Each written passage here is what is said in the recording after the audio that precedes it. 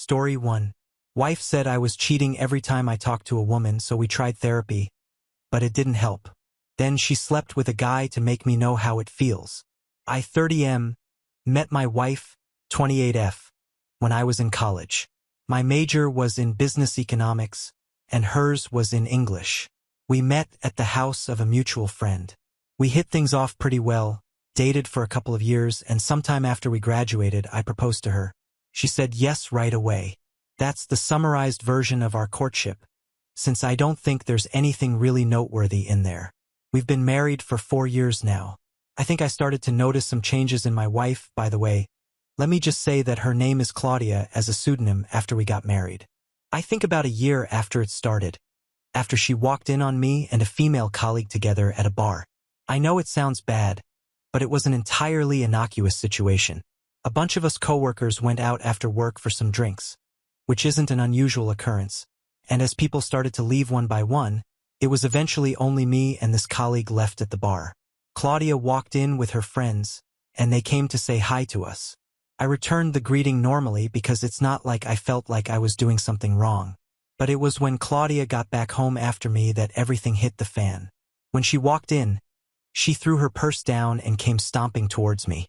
She pointed a finger in my face and started screaming about how she caught me in the act, cheating on her. I tried my best to tell her that wasn't the situation, but she honestly didn't let me get a word out. When she finally calmed down, only after calling me every horrible thing a person can call a cheater, I explained the situation to her, even showing her photos that the group of us had taken earlier that night. I also pointed out to her that I didn't react strangely when she came with her friends because I knew I wasn't doing anything wrong, and I had hoped it would be evident. After my explanation, she said, okay, seeming to have finally understood. She stood there for a few seconds like she wanted to say something, and then she went into the room. This was quite some time ago, but it still irks me to this day that she never apologized after all of that. However, the reason why I'm retelling this whole episode is because that was the point where she seemed to become clingy and overly jealous. I would sense mood shifts if I looked in the direction of a woman or simply answered a few questions for a woman, even if she was just asking for directions. I also noticed that these rules didn't seem to apply to women who were very obviously not a threat. I think a sensible amount of jealousy is healthy because it allows for the enforcement of boundaries, but it's very easy to tell when it's excessive. In her case, it just seemed to become excessive after that episode, which didn't make sense to me because she had no reason to be so wary of me in the presence of other women. Most of the time, I'll know that an interaction with a woman has soured her because I'll notice a shift in her emotions, but it is only some of the time that she actually starts something. It's never a civil discussion, as she always gets emotional around the topic, and to say it drives me crazy is an understatement because she'll always cite the smallest thing as the reason she suspects me. For instance, there was a time when she caught me and one of the female neighbors in our apartment building talking in the hallway. We were literally just talking some basic politics, and Claudia walked out of our apartment, saw us in the hallway, and walked back in. As soon as I saw that happen, I knew I'd be in for it. At that very moment, I'll admit that I thought of divorce because honestly, I knew that I couldn't keep living that way. It was highly draining. The only thing was, I felt like it'd be better for us to approach couples therapy first, at least before I ended things with her. After all, I love her. So we tried that, and truth be told, it helped, at least in the immediate period. But things took a comedic turn when she felt the therapist was taking my side too often, and then the therapist was the next person who Claudia assumed was trying to sleep with me. I remember laughing out loud the day she expressed that thought. Didn't make the situation better, but I couldn't help it. We eventually switched to a male therapist, and with that, the sessions were at least able to go on much longer, at least until the point where it seemed like the changes were actually sticking in her head. We went several months without an incident, so it finally seemed like there was progress. Well, at least until the point that I'm writing this post. The last several months have been normal, like how things were between us before the hyperjealousy even became a thing. However, I think things blew up when Rebecca, the same colleague who was in the bar with me years back, came to the house to hand over some documents when I wasn't there since I was meant to be working from home the next week. I think my wife recognized her from the first time around, and I don't know whether she had a Winter Soldier moment, or whether it was simply because a woman came directly to the house looking for me, but all hell broke loose when I got back home. She started howling at me the moment that I walked through the door, and I was greeted with documents being thrown in my face. She asked me why Rebecca knew where I lived. According to her, before I could even answer, it was because I must have brought her there before to sleep with her. The real answer was simply that I had told her where I lived when she said she wanted to drop the documents off.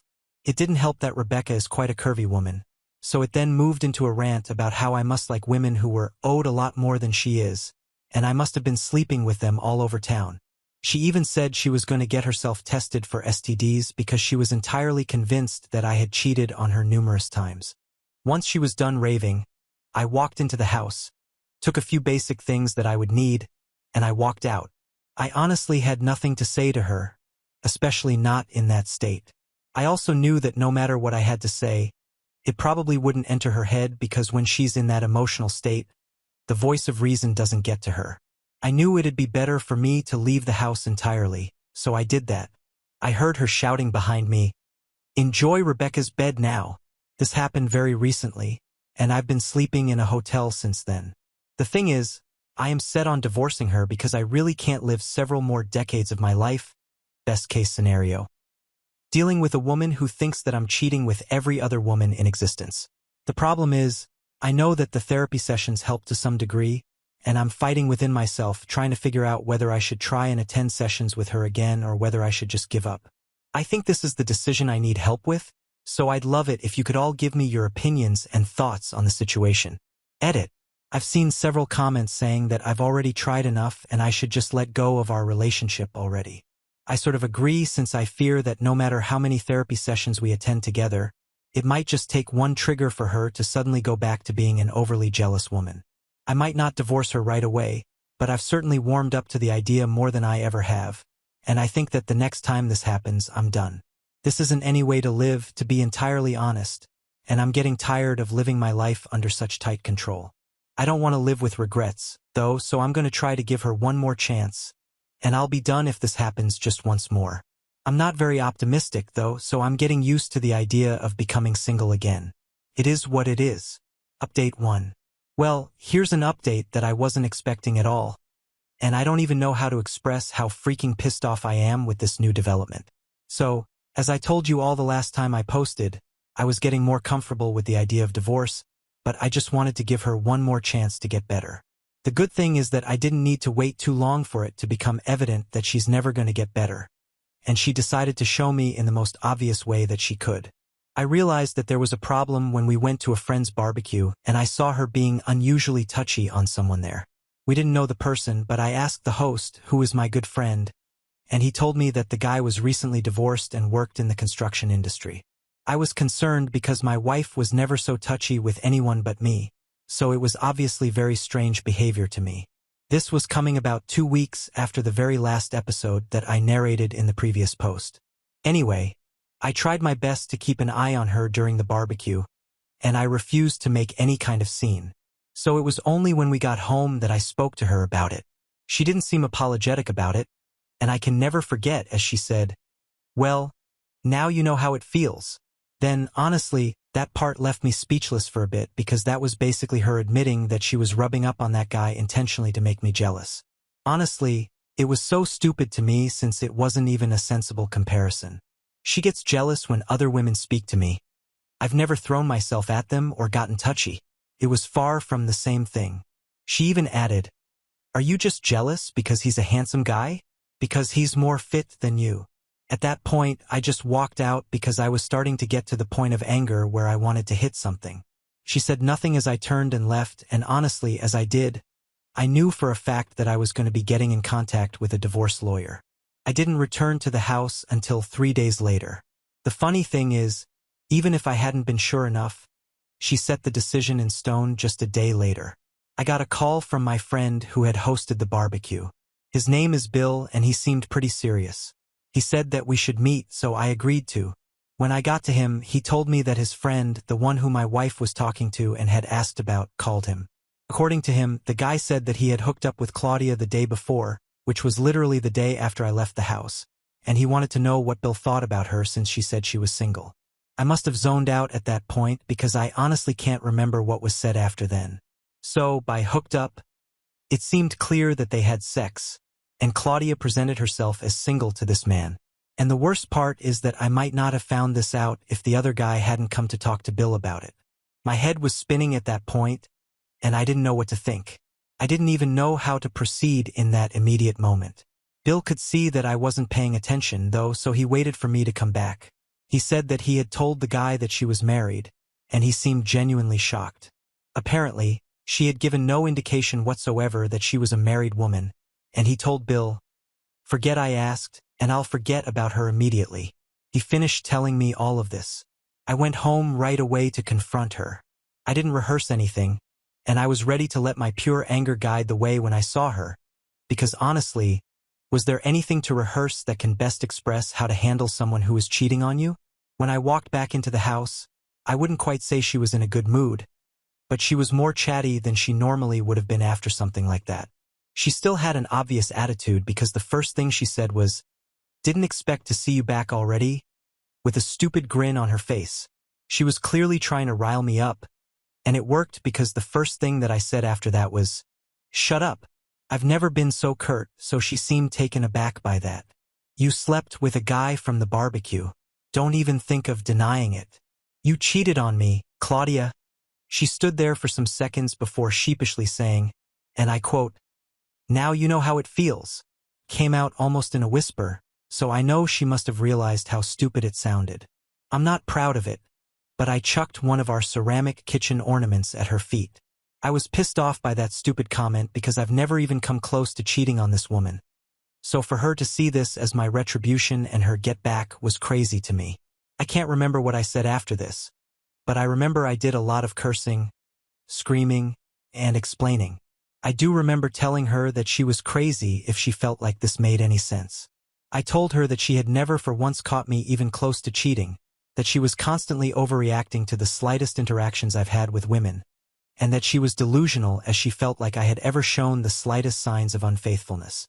I pointed it out to her right there that all the things that have triggered her have always been women's basic actions towards me and never mine towards them. I told her that despite the tens of times she had accused me of cheating, she never had definitive proof of a single one of those. It was all in her head, and I told her she needed help. I think that was the moment when I expressed every single thing that I've ever wanted to scream at her. When I was done, she said nothing whatsoever. She was just standing there. I asked her if she had anything to say, but she said nothing at all. She just shook her head slightly. I told her to pack a few of her things and leave. Again, she stood there for a little bit before walking to the bedroom. She came out about an hour later with her suitcase packed, and I haven't seen her since then. I definitely don't need any help this time around to figure out what to do next since I have already gotten in contact with a divorce lawyer, and I really want to make sure that I hurt her in the split because I've put up with way too much over the years, and I'm so exhausted and annoyed that this is what it had to come to. I'll get back to all of you once the divorce is finalized and I know where I stand. Update 2. I'm super happy to be writing this update right now, and I'm writing it feeling like I've had a massive weight lifted off my shoulders. Honestly, I feel great. So, I wrote a post some time ago about my extremely jealous wife who always assumed that I was cheating on her or interested in other women, and in quick succession, she made the decision to intentionally make me jealous and sleep with that same person. That was the final straw for me, and I got in contact with a divorce lawyer in no time. It didn't take long for the papers to be ready, and I made sure that she was served in her workplace. Just so you know, she works at a publishing company, so I'm sure I might have provided some workplace gossip over there. In fact, I know for a fact that I likely did because she sent me a really angry text that evening talking about how I had embarrassed her and how she knew I was being vindictive. Anyway, let's fast forward to the part where the divorce proceedings were happening. I messed up big time because I had no evidence whatsoever that she cheated on me. I didn't have a recording of my conversation with my friend Bill or the affair partner's confession to Bill. I tried to see if Bill could get the AP to admit to it somehow, but that wasn't practical. However, it seemed that I was actually able to convince them when I spoke about her jealousy, the fact we had attended couples therapy, and when I honestly recounted the entire story. She tried to tell the same story in a way that favored her from the onset, but it was easy to see right through. Thankfully, at the very end of the day, I got a very favorable outcome. I got to keep the house, which was fair since I lived there before she moved in with me. It was determined that there was no need to pay alimony, even though I earned more than her, because the difference wasn't substantial enough, and the judge didn't want to reward her behavior. We fortunately hadn't had any kids yet either, so that was great. I was glad not to have anything at all tying me to her. I also think I got off easy because I agreed to let her have several pieces of furniture and appliances in the house. I mainly did that because I really didn't want to have a lot of the things that she had chosen left behind. I didn't need daily reminders of her. So that's it.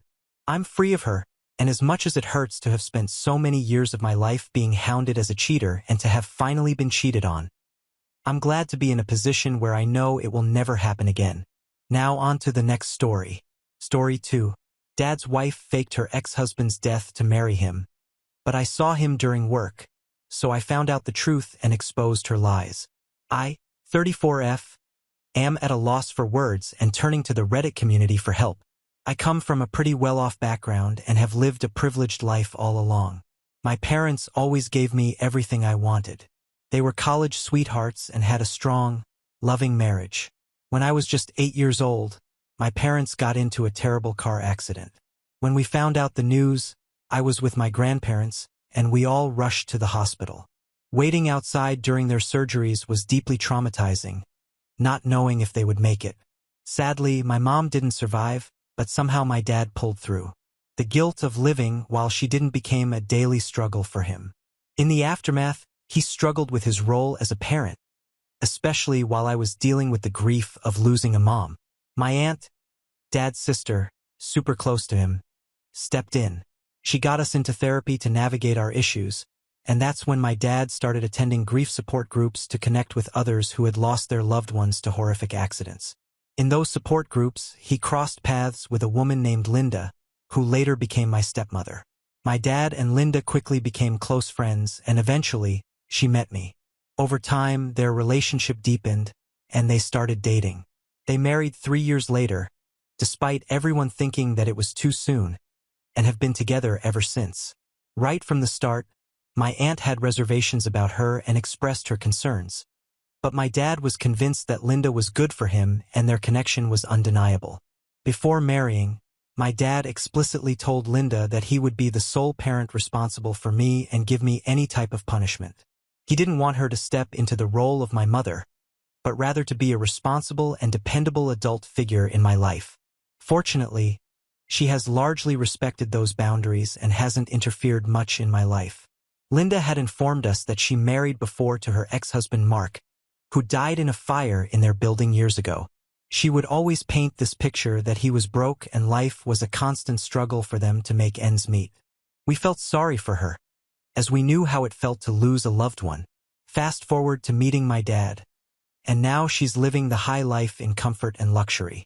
Linda has a thing for splurging on pricey purses and shoes, new regardless of the occasion. She loves being the center of attention. Over the years, Linda and I have kept things friendly.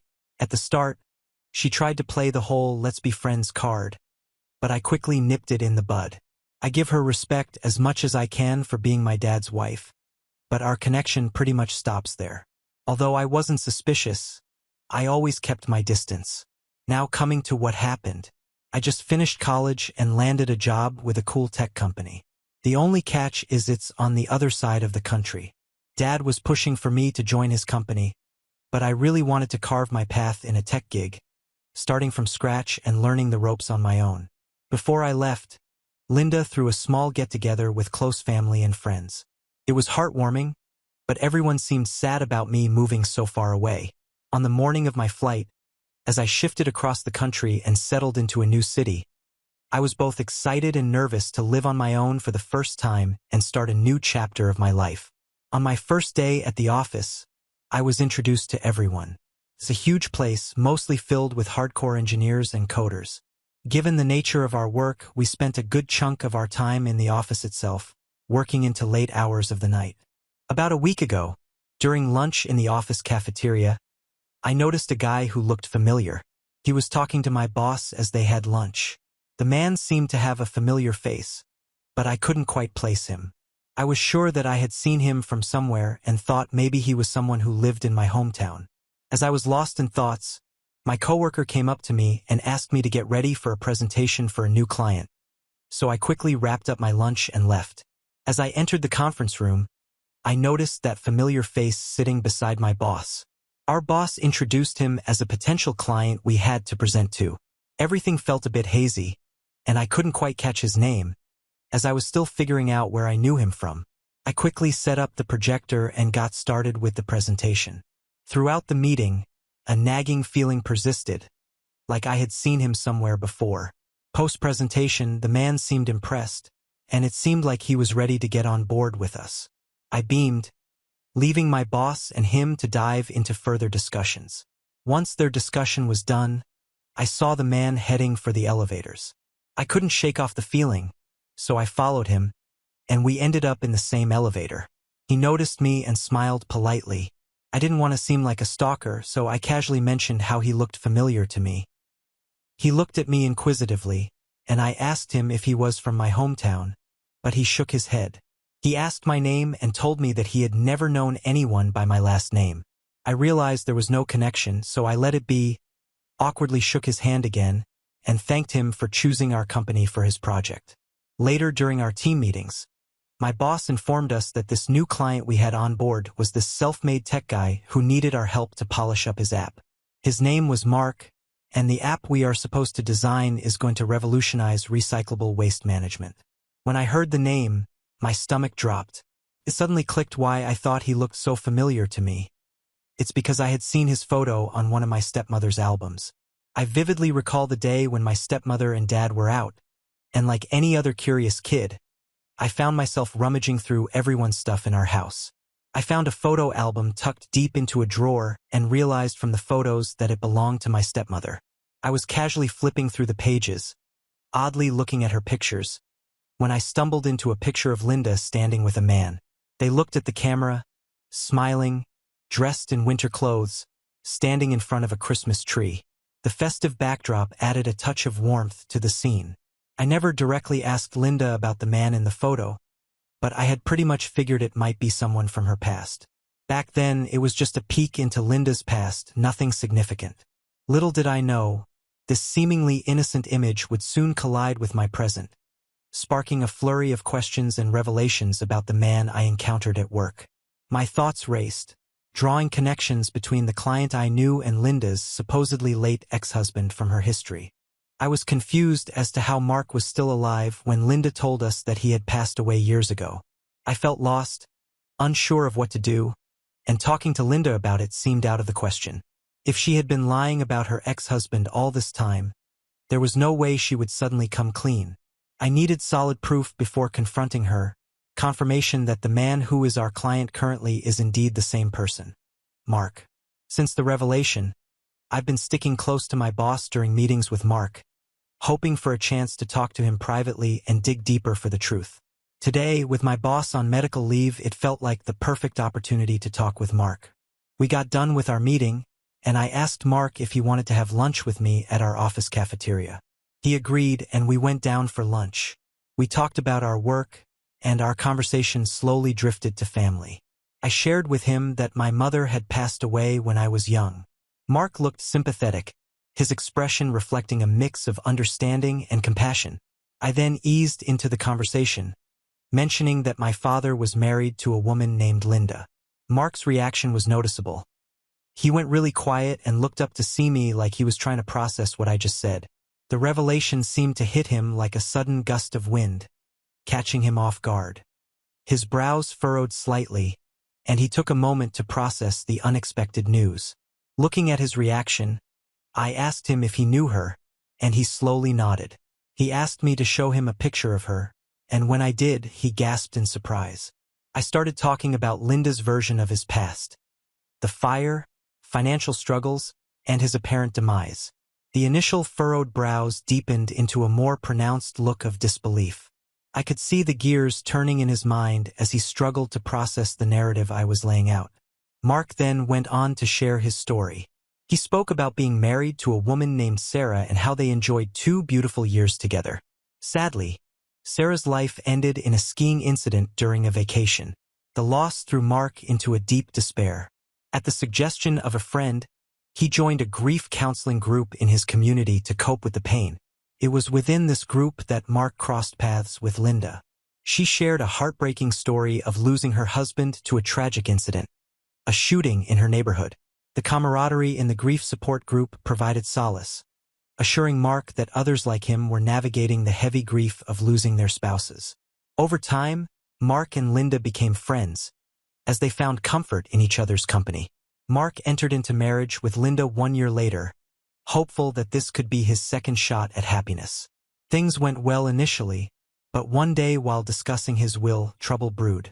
Mark shared that in the event of his death, his house would go to his brother's children. Linda became quite upset, questioning why he hadn't designated the house to go to her. Mark explained that it was a family home, and he intended to keep it within the family, ensuring she would be financially cared for throughout her life with his savings account money. She asked him about his life insurance money, and he disclosed that he had put his brother as his nominee. This sparked a huge fight, with Linda adamant that she deserved the house and the money. After that clash, Mark and Linda's relationship took a nosedive. She started picking fights over trivial matters and even accusing him of infidelity without any proof. The conflicts escalated to the point where they both found it unbearable. Unable to sustain their relationship, they eventually reached a mutual decision to divorce, as it became clear that things weren't working out between them. But to Mark's shock, during the divorce proceedings, Linda did a complete turnaround. She accused Mark of financially abusing her throughout their marriage to exert control over her. Linda, being younger than Mark, managed to make this story seem believable, casting a shadow over his reputation. As the divorce unfolded, Linda's false stories took a toll on Mark's life. Her accusations not only damaged his standing but also had a ripple effect, affecting his relationships with his friends and family. Following his lawyer's advice, Mark had to pay a substantial alimony payment to Linda, so she would not continue to tarnish his character publicly. Since then, Linda had seemingly disappeared from his life, and today was the first time Mark had any news of her. Listening to his story left me in shock. Mark's revelations painted a dark picture of Linda's actions, a calculated scheme of deceit and manipulation.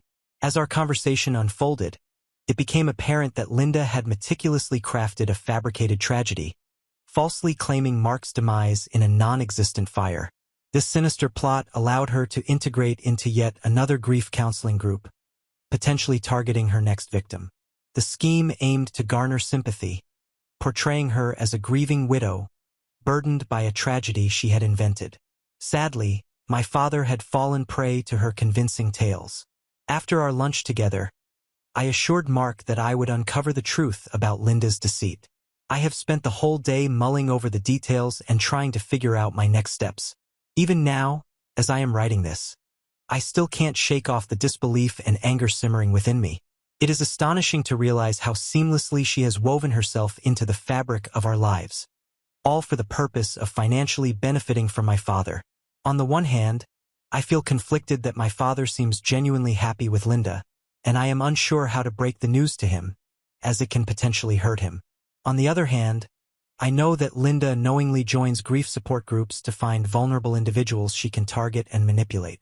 The fact that she lied about her husband's death in a building fire to gain our sympathy and trust adds another layer to her deceit. I feel conflicted as to how I should proceed further. Will I be in a hole if I tell my father the truth and confront Linda about her past? Update 1. Taking everyone's advice, I chose to confide in my aunt about the situation.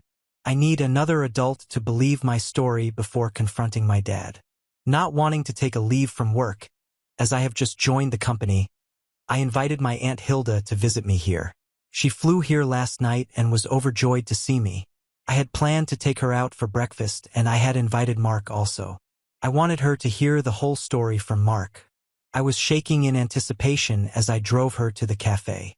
When we entered the cafe, Mark was already there waiting for us.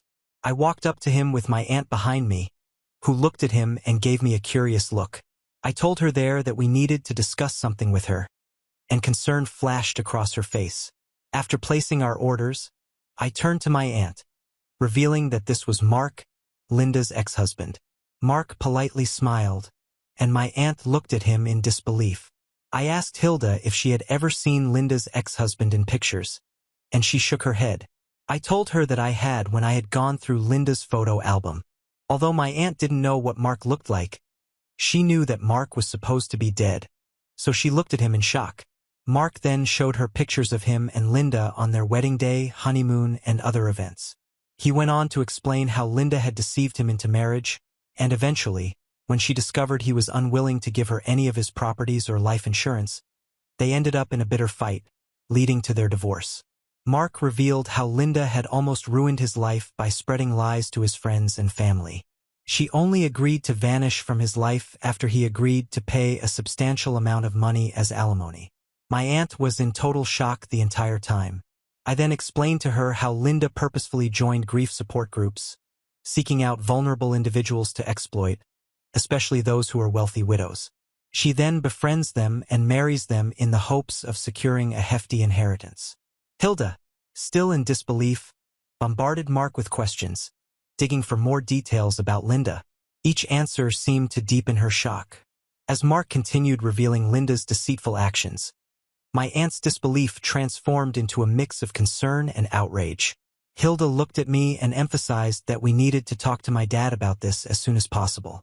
She stressed the importance of revealing the truth to him before the situation spiraled further out of control. She was afraid that Linda might put my dad through the same fate as Mark. Mark agreed with her and warned us that Linda was capable enough to do this when it came to matters of money. I nodded solemnly, finding solace in the fact that my aunt now knew the truth and we could together reveal the truth about Linda.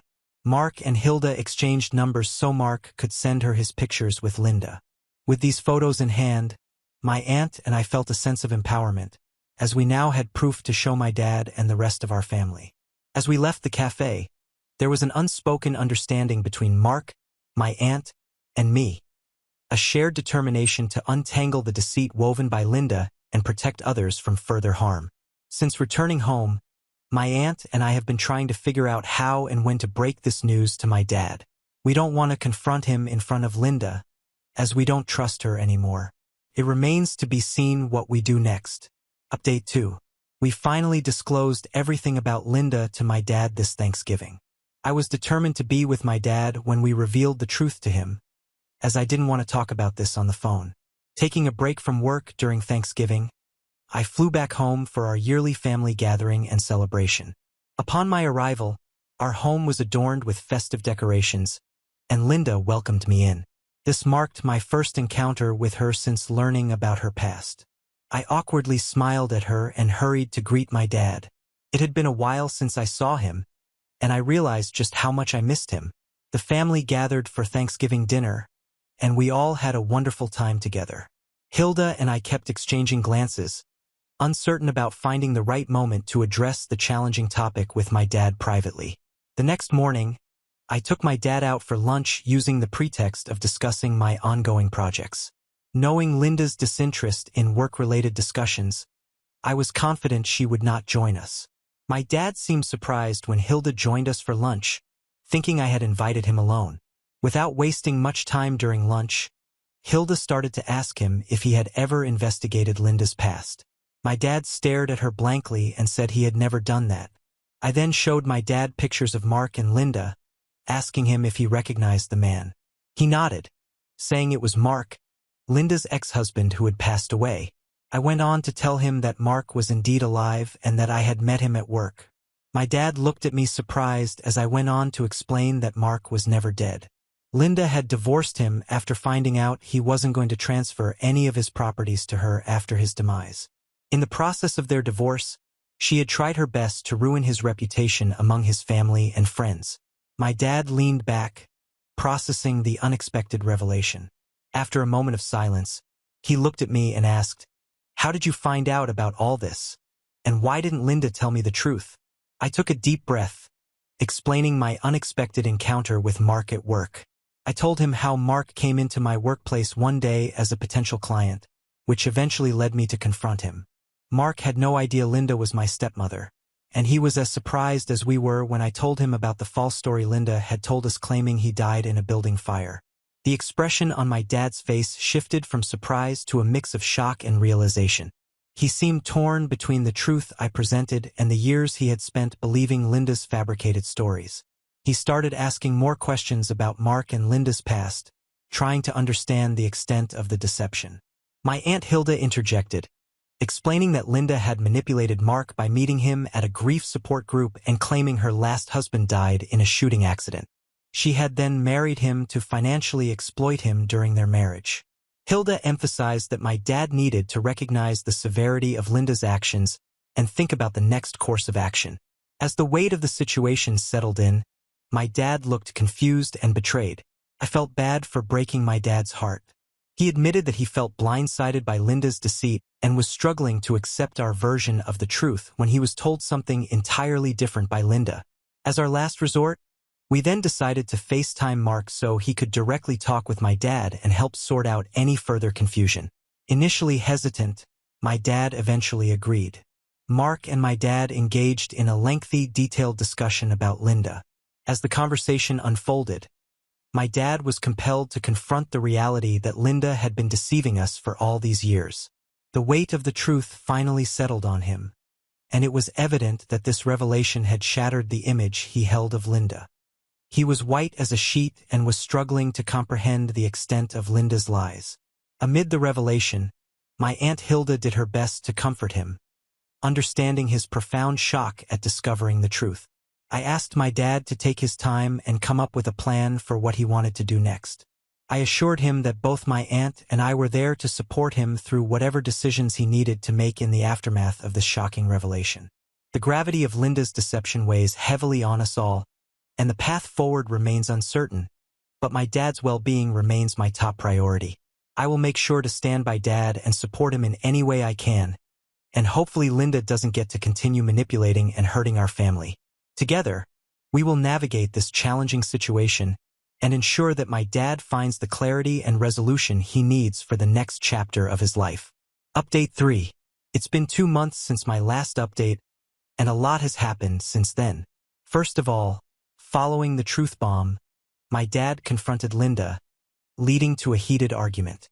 Despite her persistent lies, my dad presented evidence, including pictures of their marriage. He then told her that Mark had met me at work and told me everything about their marriage. Linda, cornered, finally conceded defeat. Overwhelmed by guilt, she came clean about her lies, laying bare the extent of her schemes. My dad asked her to immediately get out of our house. Much to my surprise, this was the first time I had seen my dad raise his voice. Linda, visibly shaken, shot an angry glance at me, seemingly blaming me for exposing her past. I felt no sympathy for her. After all, I owed her nothing. Taking a firm stance, my dad decided to file for divorce and initiated discussions with his attorney. Initially, when he parted ways with Linda, my dad was not the same. He was sad and shattered. Luckily, we are a close-knit family, and everyone rallied around him, offering us support during this tough period. The revelation about Linda's deceit left everyone as stunned as we were. Despite Linda's attempts to reach my dad, he blocked her on all fronts. I was pretty sure she wouldn't dare to message me, given that I exposed her truth. Today, I see my dad going through a tough time, but I am also glad he's separating from that awful woman. I genuinely hope he finds healing and moves on to better days after this tough chapter. Amidst all this, my bond with my dad has grown stronger. We share our thoughts and feelings more openly now, helping each other navigate the emotional aftermath of Linda's deception. It's clear that the healing process is slowly happening, and we will take some time but eventually move past this obstacle together, leaving the shadows of the past behind. Now on to the next story. Story 3. I kicked out my cheating husband after he wants me to raise the secret daughter he had with his mistress who passed away. I refused to do it, so my MIL is calling me the villain now. So, I, 26F, have been married for almost 2 years. My husband, Kyle, 26M, and I met around the time that we graduated from college at a frat party. We were in different departments, and I had seen him around college, but we didn't really interact much. Our friends had dragged us to the party because it was one of the last before the semester ended, and both of us were having a terrible time there as both of us are kind of introverted and parties are not really our things. especially once people were getting drunk and throwing up all over the place. I kept insisting that I wanted to leave and my friends didn't, but they saw Kyle was leaving and asked him to walk with me instead because I also wanted to leave. We ended up leaving together and started talking on the walk back to campus, and it was nice, so we exchanged numbers at the end of it. Then we started texting, and soon after graduation we started dating. We were in a relationship for almost 4 years before he finally popped the question, and we ended up getting married. We have had our ups and downs, but most of it has been really petty and unimportant. There have been no big fights, not when we were dating, and not even after we got married. I never suspected him of cheating or anything of the sort because it just never occurred to me, and his behavior around me was always perfectly normal. I thought he was in love with me, and he insists that he still is, but clearly that was not the case because otherwise he would not have cheated on me. The revelation. About 3 weeks ago, Kyle came back home with a little girl in his arms who I had seen very few times before, but I realized that it was the daughter of one of his friends. He didn't offer up any explanation himself when he walked into the house after work with a child in his arms, so I had to ask him what this was all about. He didn't tell me anything until he had set the girl down on the couch with his phone and put on something. Then he had taken me aside to the bedroom. The way he was behaving was really freaking me out, and I could tell that something bad was about to happen. I just had a sixth sense telling me that something was very off. Once we were inside the bedroom, he sat me down and told me that he had something that he had to tell me. He started off by telling me that he still loved me more than anything in this world and that what he was about to tell me might make me feel otherwise. But I needed to remember that we were meant to be together. Instantly, I knew that the child was his, but I still let him talk because I was hoping against all odds that there would be some innocent explanation for the little girl sitting in our living room. However, when he started talking, I knew that it was all over. He told me that it had all started a week before we were supposed to get married because that's when it had started really hitting him that he was getting married and now he had to spend the rest of his life with one person. Like most guys do, he got cold feet and was about to make a run for it the night before the wedding, but one of his friends caught him in the act. Now, this friend of his who passed away recently, let's call her Nikki, had been smoking in the parking lot and was apparently on a phone call outside because that was the only place she could get a signal, which is why she had been able to catch him before he got into his car. She had noticed the duffel bag that he had packed for the quick getaway and figured out what was going on. So she tried to calm him down and tell him that it would all be fine. She even got into the car with him and tried to talk him out of it, but they ended up making out in the car. He and Nikki had known each other for a really long time since they went to high school together, and I had always suspected that Nikki had a thing for him, but there was no proof of it, so I never said anything about it. She would always be nice to me as well, so I had no reason to bring it up and make a big deal out of it, but I always had a gut feeling that she thought of Kyle as more than a friend, and had I not been part of the equation, she probably would have tried to get with him anyway. Kyle told me that he ended up spending the night before our wedding with her, and they slept together because he was nervous and she was the only person who had been around. He said that he hadn't been thinking straight and that as soon as he realized what he had done, he decided to apologize to her and leave so he could come back to his own room and get married to me because I was the one person he actually loved. He left her room at around 4 in the morning and came back to his own room immediately, so nobody saw him leave at any point, and so he had been able to keep this a secret for quite a long time. Nikki also didn't bring it up later, and they decided that whatever had happened on the night before our wedding had been nothing but a huge mistake, and so they were never going to talk about it ever again because she knew that he was happy with me and he had made up his mind that he wanted to be with me. I wish I could say that that was it, but unfortunately, a few weeks later, Nikki reached out to Kyle yet again because she was pregnant. That's when everything started going topsy-turvy because they hadn't accounted for this happening at all, and both of them had been caught off guard by the news. But Nikki decided that she was going to keep the baby and had given Kyle the chance to either walk away from having a relationship with the child, or he could choose to be an active part of the baby's life, and Kyle chose to co-parent their child together. He didn't sign away the parental rights that he had and was there for Nikki every step of the way. He would attend most of the appointments that she had with her OB/GYN, and even on the day of her birth, he was with her all along. It was quite easy to fool me because every time he had to be with Nikki, he would just tell me that he had to go on a work trip and he would be gone. I knew that she was pregnant. I had also congratulated her, and even on the day of our first anniversary together, she had been invited to the party, but little did I know that the baby she brought to the party was my husband's. The story that Nikki told everyone was that she got pregnant while hooking up with a dating app match. And the guy didn't want to be a part of the pregnancy and the child's life. So she was a single mom now. The story was believable enough, so nobody questioned it, and her daughter had very normal features, so it never occurred to me that she looked similar to Kyle. Kyle and Nikki had been in touch even after the wedding, and she had even been to our house several times after that on many occasions. I never noticed anything off about the way they behaved around each other, so it was quite easy for them to fool me. Nikki rarely ever brought her daughter along, so I would only see her in pictures, which is why I hadn't been able to recognize her when my husband brought her in last time. He told me that he had been supporting them and would visit them every chance he got just to be close to his daughter. He promised me that there was nothing between him and Nikki, and they had ended their affair after that night before the wedding. They had never been anything before or after it. It had just been one night, but he had continued to stay in touch with her because they had a parental agreement and shared custody of their daughter. He also had to pay child support, and he really wanted to be a part of his daughter's life, so he couldn't walk away from her. Unfortunately, Nikki passed away a month ago in a deadly car accident because a drunk truck driver had collided with her car. Their daughter had been living with her parents for the past few weeks, but now Kyle had decided that it was finally time to tell me the truth, and he wanted me to accept him and his daughter so she could have a mother and we could be a family together.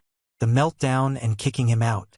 After I had heard his entire story and processed it, I had no idea what he was going to tell me next because I was in shock. But the second he told me that he expected me to actually raise his daughter as my own, after he just told me that he had cheated on me and slept with his friend the day before we were supposed to get married, I flipped out.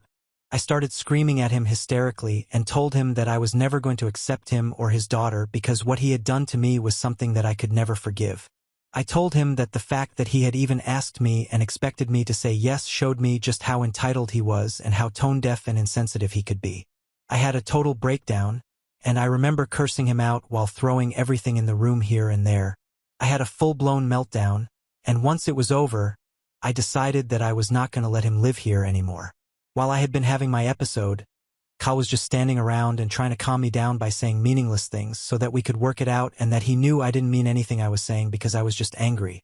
He told me that even though his daughter was partly Nikki's, it was also partly his, and he knew that I would come to accept her in time. So I told him that I had nothing against the little girl because none of this was her fault, but he should have known better, and he shouldn't have cheated. I told him that he had to pack his stuff and leave because I was not going to let a cheater like him live with me in this house, and my decision was final. I also told him that he had to take his daughter with him and go because no matter what, I was never going to accept the two of them in this family. What's done was done. He couldn't change it, but I wasn't going to put up with it either.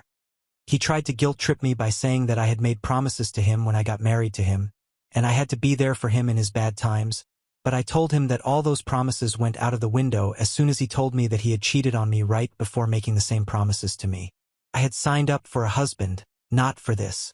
He kept trying to talk me out of it, but I told him that I had already made up my mind, and he couldn't even disagree because the deed of our house was under my name since it had been a wedding gift from my dad, and I had every right to kick him out.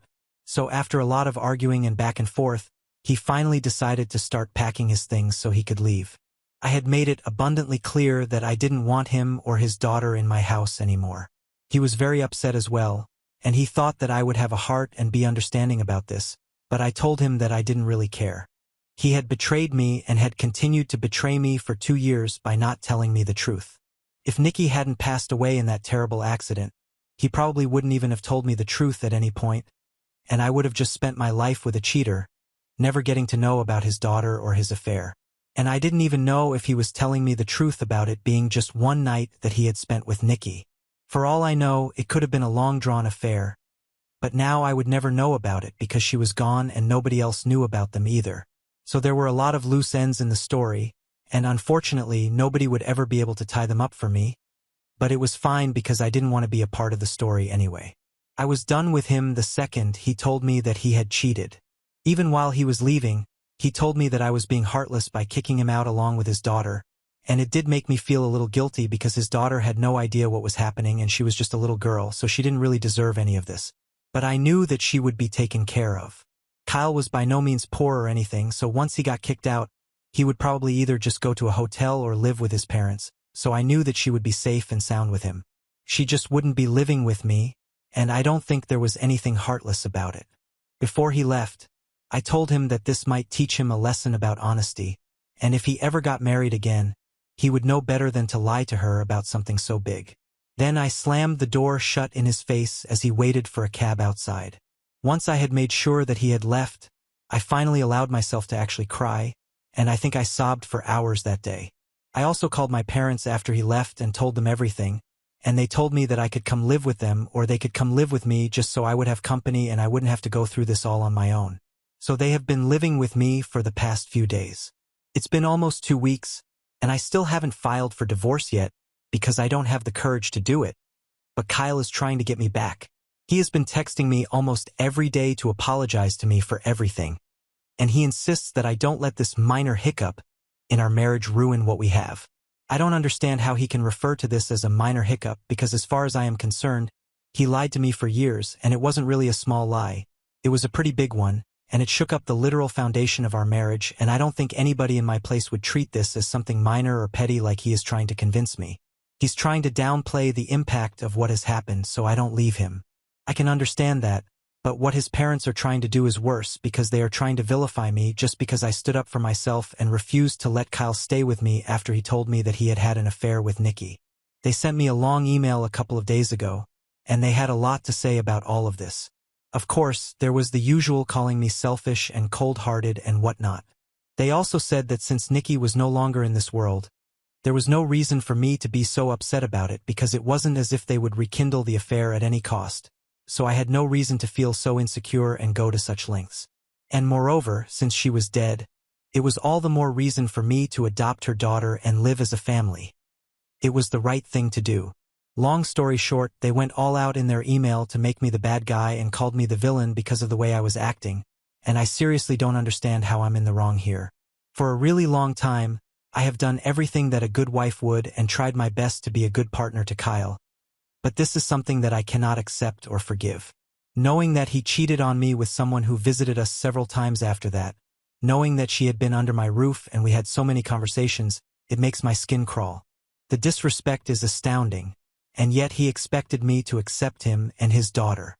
The most I can do is feel bad for him, but I cannot let my pride go and adopt his daughter. At the same time, that email has made me rethink a lot of things. I can't really deal with the fact that my in-laws are calling me the villain over something like this. They have always been nice to me even while I was dating Kyle, and as far as I know, they were not aware of the fact that they had a granddaughter, so it was a surprise to them as well. They mentioned in the mail as well that if they could accept it, then I shouldn't have any problems doing the same. It's not really the same thing, though, since I was cheated on, so I don't know what they are going on about. Anyway, coming back to the issue at hand, I just want to keep my conscience clear, and I can't talk to my friends about this, not yet anyway. So, AITA for kicking my husband out of the house after he brought home his secret daughter because his affair partner passed away? Update 1. Thank you so much, you guys, for the overwhelming response. I'm staying strong thanks to you guys and the support of my parents. I told them about the affair and the child and what Kyle had expected of me, and they were nothing but supportive of me. They told me that I had done the right thing by kicking him out because he needed to be taught a lesson and taken down a peg. They told me that it was outrageous that he had even expected that I would accept the two of them and live happily ever after. It was just stupid of him. My father especially was really upset because he hadn't really liked Kyle in the first place because he thought that my husband was a little too flighty for his taste. The reason for that was that he had switched careers many times, but with very little success. He had a lot of money, but he had barely ever accomplished something because he just kept jumping from one job to one another without bothering to stay at one for long enough to find out about his future with the company. And I had always defended him, saying that there was nothing of the sort, but as it turns out, my dad was right about everything. So they are trying to look for good divorce attorneys, and then I can file for divorce because I don't think there is any point in waiting around anymore. He can keep apologizing, but that doesn't mean I'll have to forgive him at any point, and in my heart, I don't think that I can ever forgive him after what he has done. Some things are just never going to be fine no matter how much you try to make them be. Update 2. Hey, so it's been 2 weeks since I last posted on Reddit. About 4 days ago, I filed for divorce and my dad found me one of the best attorneys in town, something that I'm grateful for because now the divorce will mostly be in my favor unless he finds someone better, but that is unlikely because even if he does find the best lawyer in the country, he still cheated. Anyway, that's not the point right now. This morning Kyle was served with the divorce papers, and he was not pleased about it. Since he got kicked out, he has been texting me every day to try and win me over, but I guess today he realized that I was never coming back, and that did not sit right with him. So instead of just gracefully accepting it and letting go with dignity, he decided to make a scene in front of my house. I guess he has been living with his parents. There's no other explanation because today when he showed up in front of my house, his daughter was not with him, and I am thankful that she wasn't because I don't think any kid would have liked to see what went down next. He started screaming at me from the street and called me a bunch of names. He said that I was the worst and that he regretted ever marrying me. He should have just called off the wedding after that one night with Nikki and married her instead, and then he even started blaming me for her demise. It was just absurd because he was saying that had I not been his wife, he would have married her, and they would have been together and maybe she still would have been alive today and his daughter would have a mother. I don't even know how he came to that conclusion because as far as I knew, her car was plowed into by a drunken truck driver. I had absolutely nothing to do with it. So blaming me for something as big as that, that's just psychotic. And I knew that he was having a breakdown of some sort, so I didn't say anything, but I did call the cops because I wanted him away from me. Then they also started to call, asking for an explanation about what was going on because they knew us and they could recognize Kyle's voice. It was a whole mess. The cops arrived within 15 minutes and had him escorted off my property because while screaming he had set foot into the garden. And I could have him arrested or have pressed charges against him. But I didn't because I didn't want the drama. I knew that my in-laws would have a lot to say if I did something like that. It just didn't seem worth it. So I let it go. He was let off with a warning, and he seemed reasonably ashamed of himself while he was walking away. It was honestly a really weird day, and I just want it to be over. I really wish that he does not pull off stuff like this during the divorce because it's all really painful and stressful as it is. I don't need more. Update 3. Hello, so I finally announced my divorce today on social media because a couple of friends were asking about me and Kyle and how we were doing because we had not posted anything together in a really long time. Nobody knows apart from my parents and his parents what we are going through, and I decided that today I was going to tell everybody that we were getting divorced. They don't need to know the reason why, but it's going to be awkward in the long run, so I think it was important to announce it to people. And I'm so lucky that I did because when I posted it, Nikki's parents reached out to me. They told me that apparently they had been waiting for a post like this after the demise of their daughter and had been checking my profile every so often through Nikki's account. And it had finally come through the news that the coast was clear and they could finally tell me the whole truth. They texted me from Nikki's phone, so it was quite freaky because it was like she was texting me or something. But of course that was not the case. They told me apparently whatever Kyle had told me about them ending the affair after just one night of hooking up before the wedding was all a big fat lie. Kyle had actually been cheating on me until the day that Nikki passed away. They said that he would come over almost every other weekend and promised Nikki that he would leave me because she was in love with him, and he claimed that he was in love with her as well. The affair had never ended. He just lied to me about it being just one night. Apparently, he had even taken her on weekend getaways a couple of times in the past 2 years, so I guess I was right to file for divorce. He was just trying to make a fool out of me yet again. And this time, it might have even been easier for him since Nikki was not here anymore to deny or confirm the story. It makes me sick to think that he was going to take advantage of the fact that Nikki had passed away and I hadn't posted about the divorce. Her parents never would have reached out to me, and I probably wouldn't have ever found out the truth. It's so scary to think that I could have spent my whole life believing in a lie like this. I'm really happy that I made that post. I also asked them if they would be able to testify against him if it really came down to it, and they agreed readily.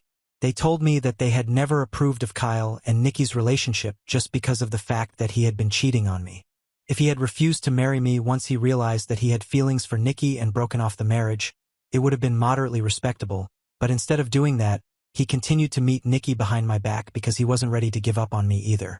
They told me that they hated him because he was miserable throughout the pregnancy and even afterward because he would always promise that he would leave me, but everybody knew that was not going to happen because he cared too much about what other people thought of him to actually leave me. If he left me, and then he started going out with Nikki, he would immediately become the bad guy, and he didn't want that. So he was ready to cheat on me and betray my trust and do the same to Nikki and put us both through so much pain because he cared about his reputation.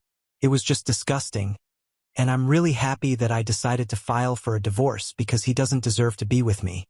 In fact, I'm going to go out on a limb and say that he doesn't deserve to be with anyone. Or rather, I cannot imagine a woman so horrible that she would deserve to be with him because he is the worst man on earth. I know that Nikki loved him. I'd always known it because it was just so evident, and I know that she had been part of an affair with a married man, but for some reason I just feel bad for her now. It might be the fact that she's gone, but she didn't deserve this. The way her parents put it, she would cry day and night, and the only respite from all the pain was her daughter. She had even been begging him to leave me because she couldn't do this anymore, and even until a week before she passed away, he had promised her that he would leave me soon enough. But these were all false promises, and now there's no need for him to live up to any of it. So I bet he must be very relieved. The only reason he even came clean to me recently was because Nikki's parents were threatening to tell him if he didn't tell me the truth himself. So that's what drove him, and he realized that if he came to me with the truth, he would have more of a chance to manipulate it to suit him and his narrative, which is why he did it himself. He's just a nasty piece of work. I'm going to make sure that I destroy him in the divorce because he doesn't deserve to get away with what he did both to me and Nikki. I've already told my lawyer everything, and he thinks it's good stuff. Let's see how it goes. Now on to the next story. Story 4. Caught my husband of 20 years cheating with his younger business partner. She friended me to cover it up, but karma got them both when she caught him with another woman. Hi all, it's my first time here. I guess I just need to get this out there and tell my story. My husband of 20-some years has been cheating on me with his business partner. My husband, 45M, we'll call him Michael, and I, 45F, had built a life together in Seattle over the past 2 decades, weathering storms both metaphorical and literal. A bit of background. Our story began on the campus of the University of Washington. We were young and filled with dreams. Our connection was immediate. Michael was the charming, intellectual type with a quick wit and a smile that made my knees buckle. He was studying business, and his ambition was evident in everything he did. Everyone loved him. He was just so charming and smart, or so I thought. I never thought he'd be stupid enough to cheat on me. I, on the other hand, was an art major. Our worlds couldn't have been more different, but somehow they collided and merged seamlessly. I was so shy and insecure back then. I hadn't had a serious boyfriend before him, and I was so shocked that Michael was giving me the time of day. I wasn't really the type to get attention from boys, so I sort of melted in his arms and just stayed there. Our paths crossed in a coffee shop near campus where we both sought refuge from the rain that frequently graced the city. Surprisingly, it wasn't ever really busy. It was quiet, and we both enjoyed the solitude. I remember I was sipping a cappuccino and sketching in my notebook when he approached. On this particular day, it was abnormally full, and with a friendly smile, he asked if he could share my table. I agreed, and that simple act of courtesy set the stage for the rest of our lives. As we talked, it became apparent that we were kindred spirits in many ways. We shared a love for music, books, and a sense of wanderlust that drove our desire to explore the world. Michael had a knack for making me laugh, and his laughter was infectious. We found ourselves spending hours in that cozy coffee shop discussing our dreams and aspirations, as well as the challenges we faced. Our relationship blossomed over shared study sessions, long walks along the university's paths, and countless hours of conversation. It was in those moments that we discovered a connection that transcended our differences. In the midst of college lectures, late-night conversations, and shared dreams, our love deepened and grew. We realized that, despite our different paths, we were 2 halves of a whole, each complementing the other in ways that words could never express. Our journey through college was marked by the challenges and triumphs that all students face, but it was also a time of growth and discovery. We supported each other as we pursued our individual passions, and our love provided a steadfast anchor in the ever-changing sea of life. Fast forward a few years. Michael had become a partner at a high-profile company, while I had followed my passion for art, but we had remained solid.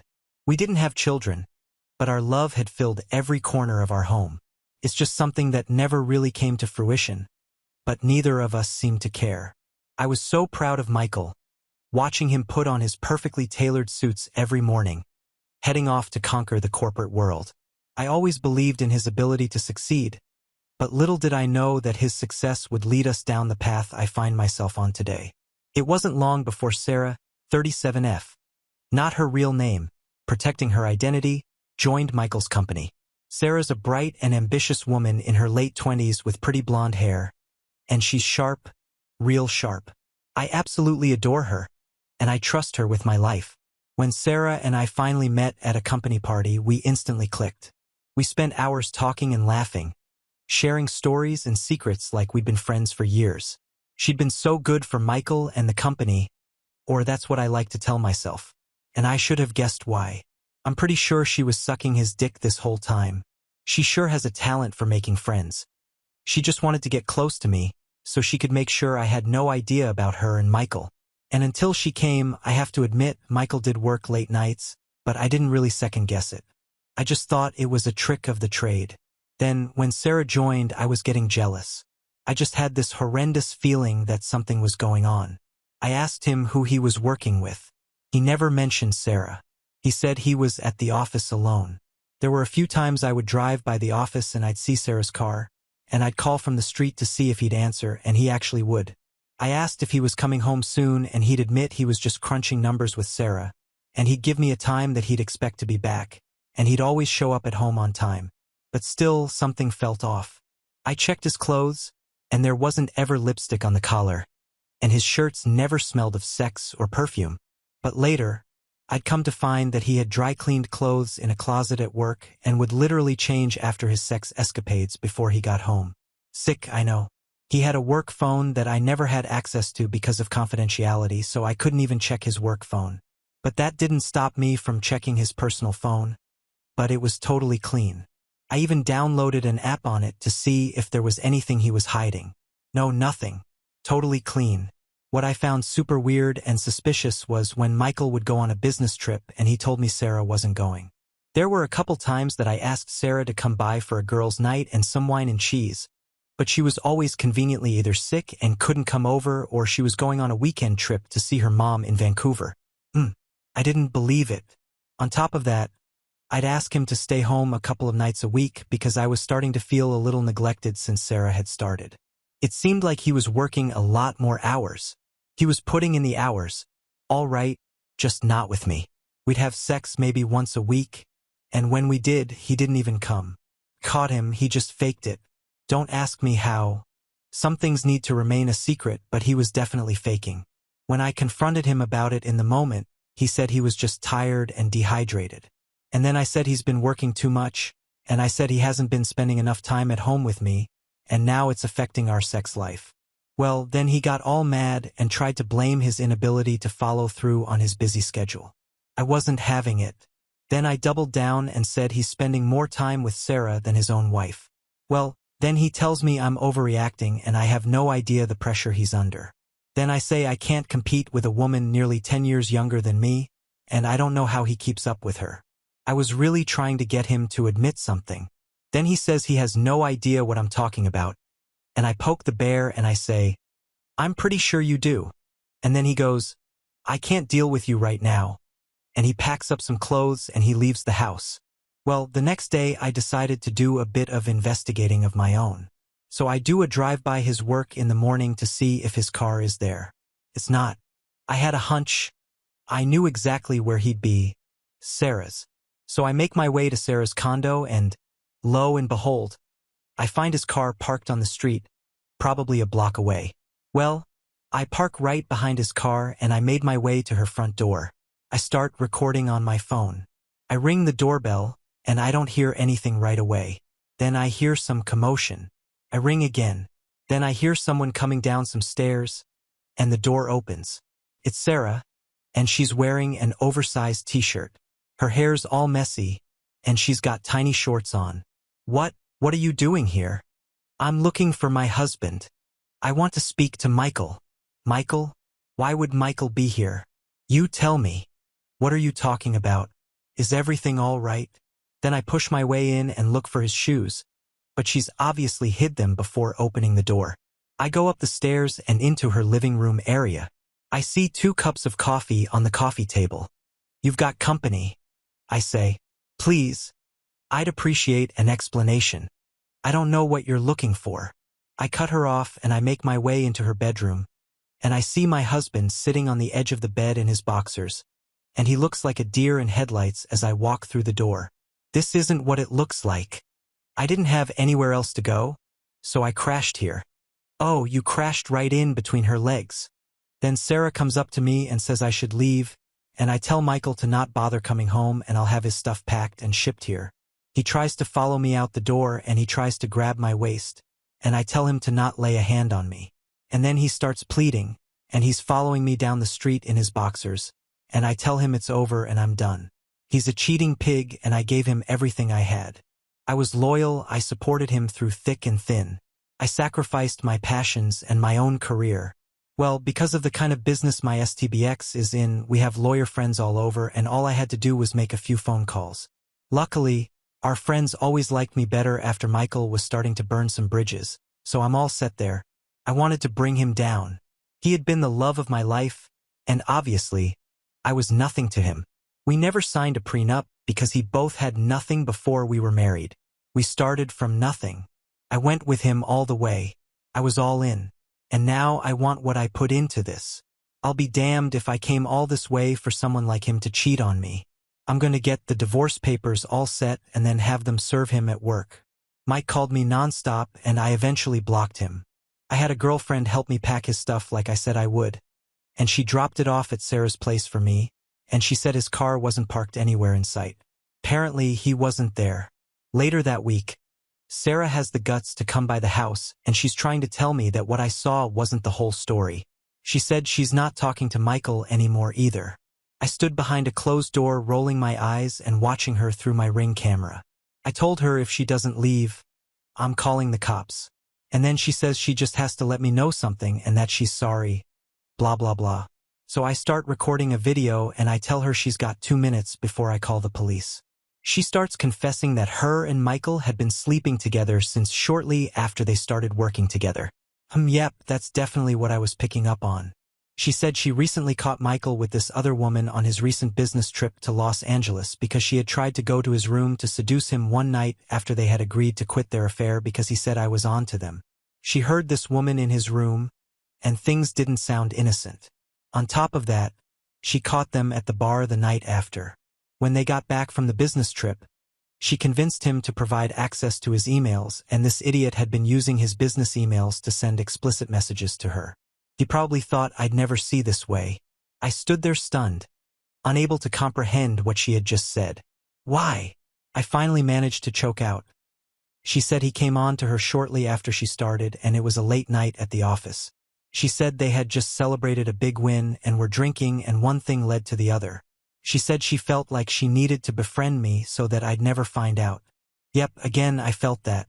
But she ended up really liking me and felt bad after a while. But that still didn't stop them from having casual sex. She said it was just a way to get the tension out most times. I asked her to stop and to leave. I couldn't hear anymore. I wanted to vomit. Sarah left and I immediately called the bastard. I know everything. Sarah told me everything. I had him served that same day after making a quick phone call. He tried to call me and was texting me and leaving me messages, pleading with me and swearing that what Sarah was saying was a lie because they were a part of a lawsuit. He was trying to end her partnership with the business and she was trying to blackmail him. And I couldn't help myself, so I texted back, blackmailing him with this new blonde? And I sent a photo of her. Then he didn't respond. Sarah didn't speak to me after that either because her and Michael were going through a lawsuit that I didn't know about until a bit later. But I guess he did try to cut things off with her because I was starting to question him. And that's when she wasn't having it. So then he went the route of trying to cut her out of the business because things were getting ugly with the side piece. And then she really wasn't having it. Then she sued and then he countersued. Well, she knew all of his business trips for the next few months. After that, followed him to LA because why not, and caught him cheating on her and me. Ugh. I guess she couldn't kick him where it really hurt until she got me involved.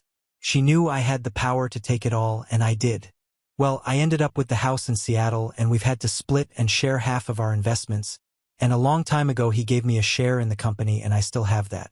I have to roll up my sleeves and really grab what that means because he was sort of in charge of all of that up until now. Anyways, let's just say I am able to retire happy and spend the rest of my days doing what I love, making art.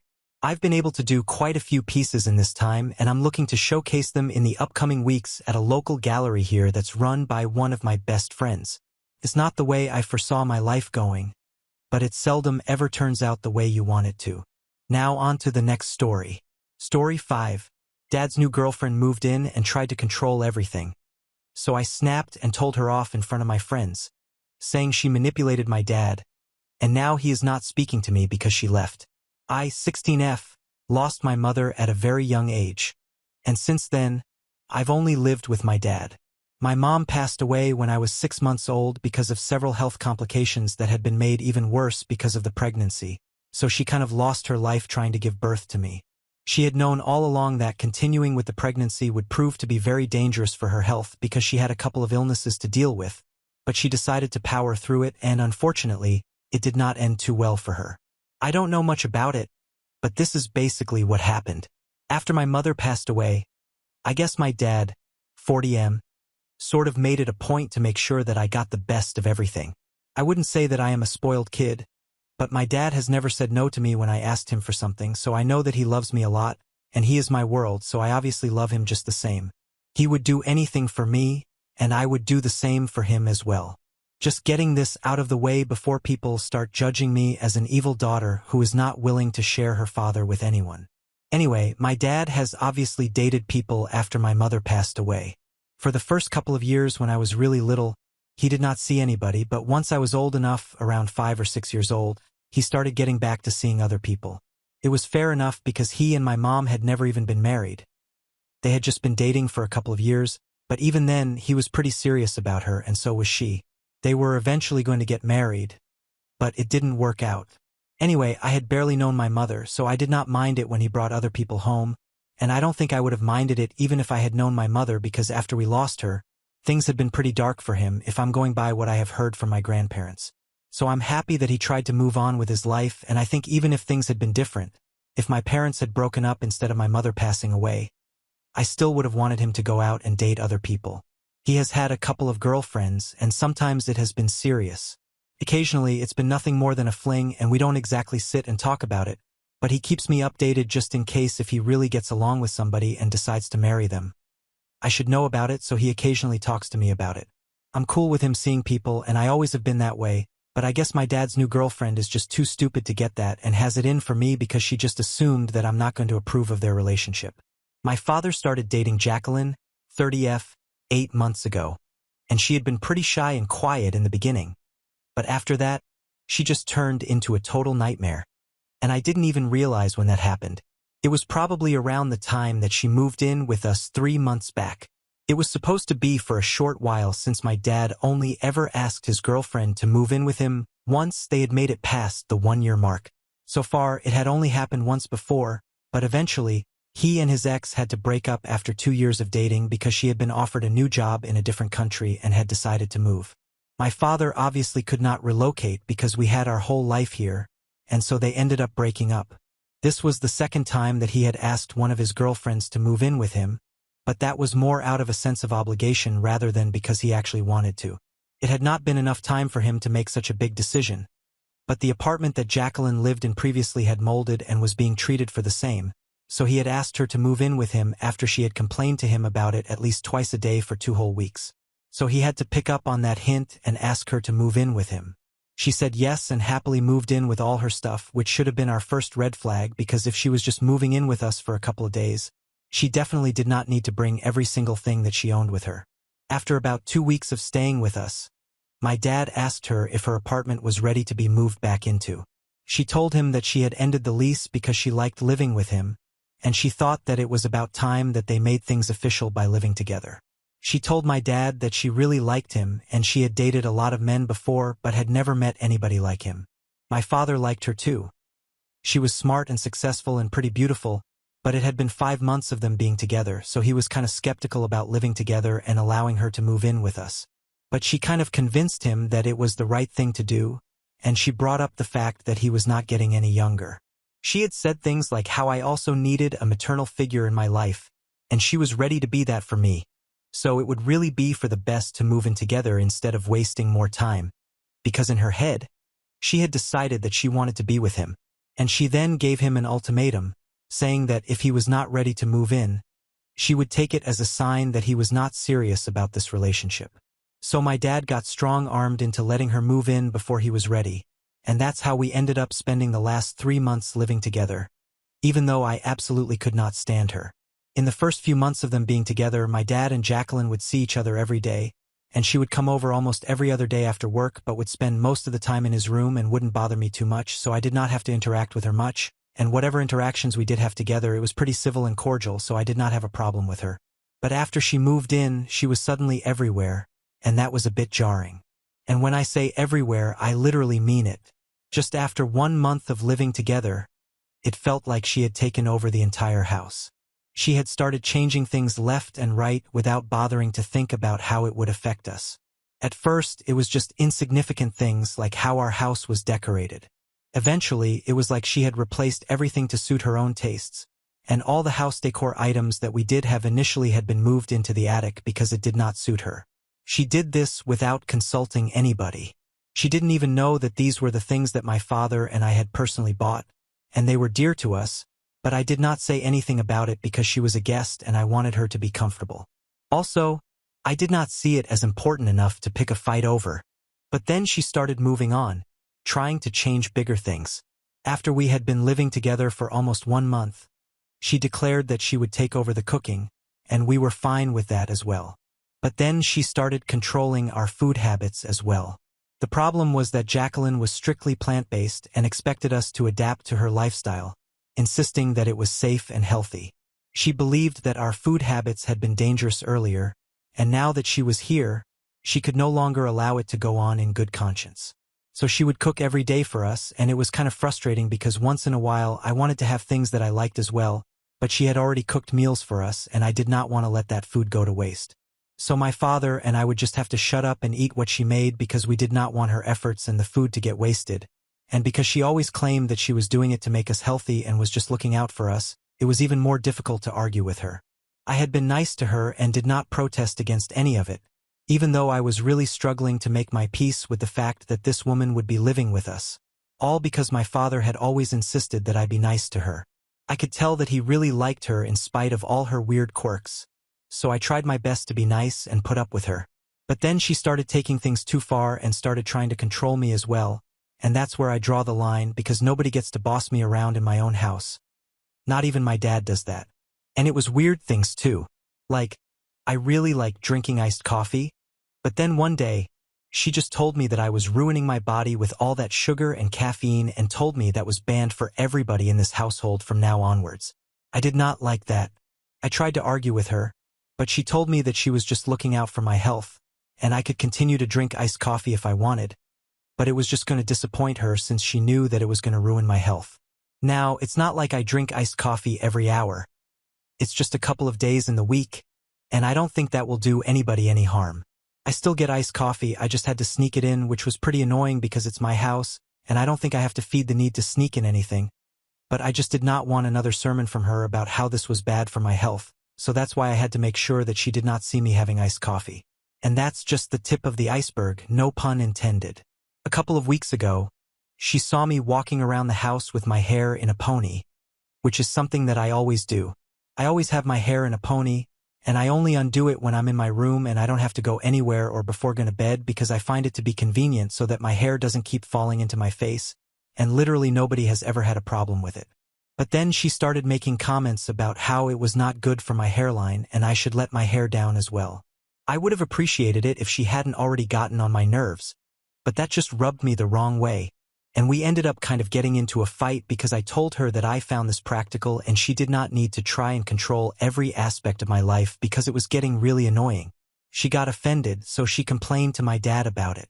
My father had just gotten off from work, and he works longer hours than she does. So he was exhausted from that already, and he just sat me down and told me not to say anything to her because he wanted to be nice. I tried to argue with him, but I did not have the heart to carry on because he just looked tired.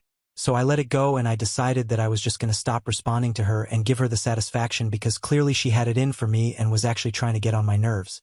But that's easier said than done because she just kept trying to boss me around and would always have something to say whenever the two of us were home alone. She is a high school teacher but in a different school, so she and I usually come back home around the same time, and then we have to spend the rest of the day together until the evening when my dad comes back home. I usually try to steer clear of her and just stay in my room, but every time that I would come downstairs to get something for myself, she would always have some stupid remark to make, and I mostly tried to ignore it for the past couple of months, but it was just getting really hard. Sometimes it would be about my appearance or about what I ate or about what I was wearing, and it was just really frustrating. Sometimes I did respond to her, and every time it would end in a fight, and then she would complain to my dad about it, so mostly for his sake, I tried to keep my mouth shut because I knew that he wouldn't break up with her in spite of all of this. He actually seemed to like her, and I did not know what he saw in her, but I knew that he liked her a lot. And every time that she complained to him, she would always make it sound like I was the one who was trying to go out of my way and create drama. She kept insinuating that the only reason that we did not get along was because apparently I was the one who still wasn't over the fact that my dad was dating somebody new and it seems to be getting serious, which is just all BS. I made it very clear in the first paragraph of my post that I am cool with my father dating other people. I just wasn't cool with Jacqueline because she was the one who had started drama with me and was constantly trying to get on my nerves. But every time that I would argue with her and hit back, she would play the victim and act like I was picking on her and being rude to her for no reason, and she was the one who always had my best interests at heart. It was really annoying, and I knew it was taking a toll on my father as well because he was torn between the two of us. However, about 3 days ago, things went south in a really bad way, and since then, everyone's been really mad at me. So I invited a couple of friends over, and usually when I have my friends over, we just stay in my room and ignore Jacqueline's existence because they know that I don't have a good relationship with her, because I vent to them all the time about her. Anyway, this time we were all sitting in the living room and watching a movie because we did not want to watch it on my laptop and wanted to watch it on the biggest screen in the house, which was our television. It's a free country and it's my house, so I can do whatever I want to, and so my friends and I took over the living room. We did not ask Jacqueline to leave, but when Jacqueline realized that we would be sitting in the living room, she went back to her bedroom by her own choice, and I thought that there would be no trouble now that she had gone inside her own room. But right in the middle of the movie, she decided to come back out and try to boss me around. She interrupted us while we were in the middle of the movie and told me that she wanted me to fold my clothes and take them up to my room since she did not want the laundry to just be sitting there, and I tried to tell her that I would do it later since I was literally in the middle of watching a movie right now, so it was pretty reasonable. Anyway, on most days, I just take clean clothes, go to my room, and then fold them and put them in my cupboard. I have always done my own laundry ever since I was old enough, and it was really annoying that she was acting like she was the one who always did it for me. Nobody had to tell me to do it, and I did not understand why she was trying to show off her authority and control over me in front of my friends at the time. But she refused to budge and told me that I couldn't continue watching the movie until I did whatever was asked because it was my duty and I couldn't wiggle my way out of it just because my friends had come over. That really pissed me off because she knew it quite well that I always do my own chores, and yet she was acting like I don't do anything. I knew that this was her way of trying to humiliate me in front of my friends, and she was just trying to boss me around because she knew that she could get away with it. Couldn't take it. I finally snapped and I went off on a rant against her right in front of my friends and decided to show her place. I told her that first things first, this was my house. It belonged to my dad and not to her, so she had literally no right to come here and try to boss me around, and more importantly, she was not even really welcome here. She had manipulated my father into allowing her to stay here, so she should just be grateful that she even has a roof over her head right now, because if it had been up to me, she would never have been living here in the first place. And then I told her that I also knew what she was trying to do. She was trying to put me down and get me under her control so that it would be easier for her to control my father as well, but unfortunately, I was going to make sure that it never happened. I never had any issues with any of his girlfriends because they were not such blatant liars and manipulators, but she was different. She wanted to have my dad wrapped around her little finger. For that she had to make sure that she had me under her thumb as well, and I could see it pretty clearly, so it was not going to work on me. She could try her best to humiliate me and boss me around, but I was always going to keep standing up for myself. I told her that I knew that she was after my dad because he was successful and she wanted that for herself, but it would probably not last long enough because even though my dad liked her, that was not enough to sustain a relationship, and he also had to be able to tolerate her. At the rate that she was going, it did not seem likely that he would be able to make. Now on to the next story. Story 6. My wedding is not a place for my mom's flings. I won't let her bring another boyfriend to ruin it. I, 33 NB, am not close with my mother, 55F, at all. She divorced my dad, 60, when I was 7, and almost immediately married my stepfather, Mark, whom despite everything, I was close with.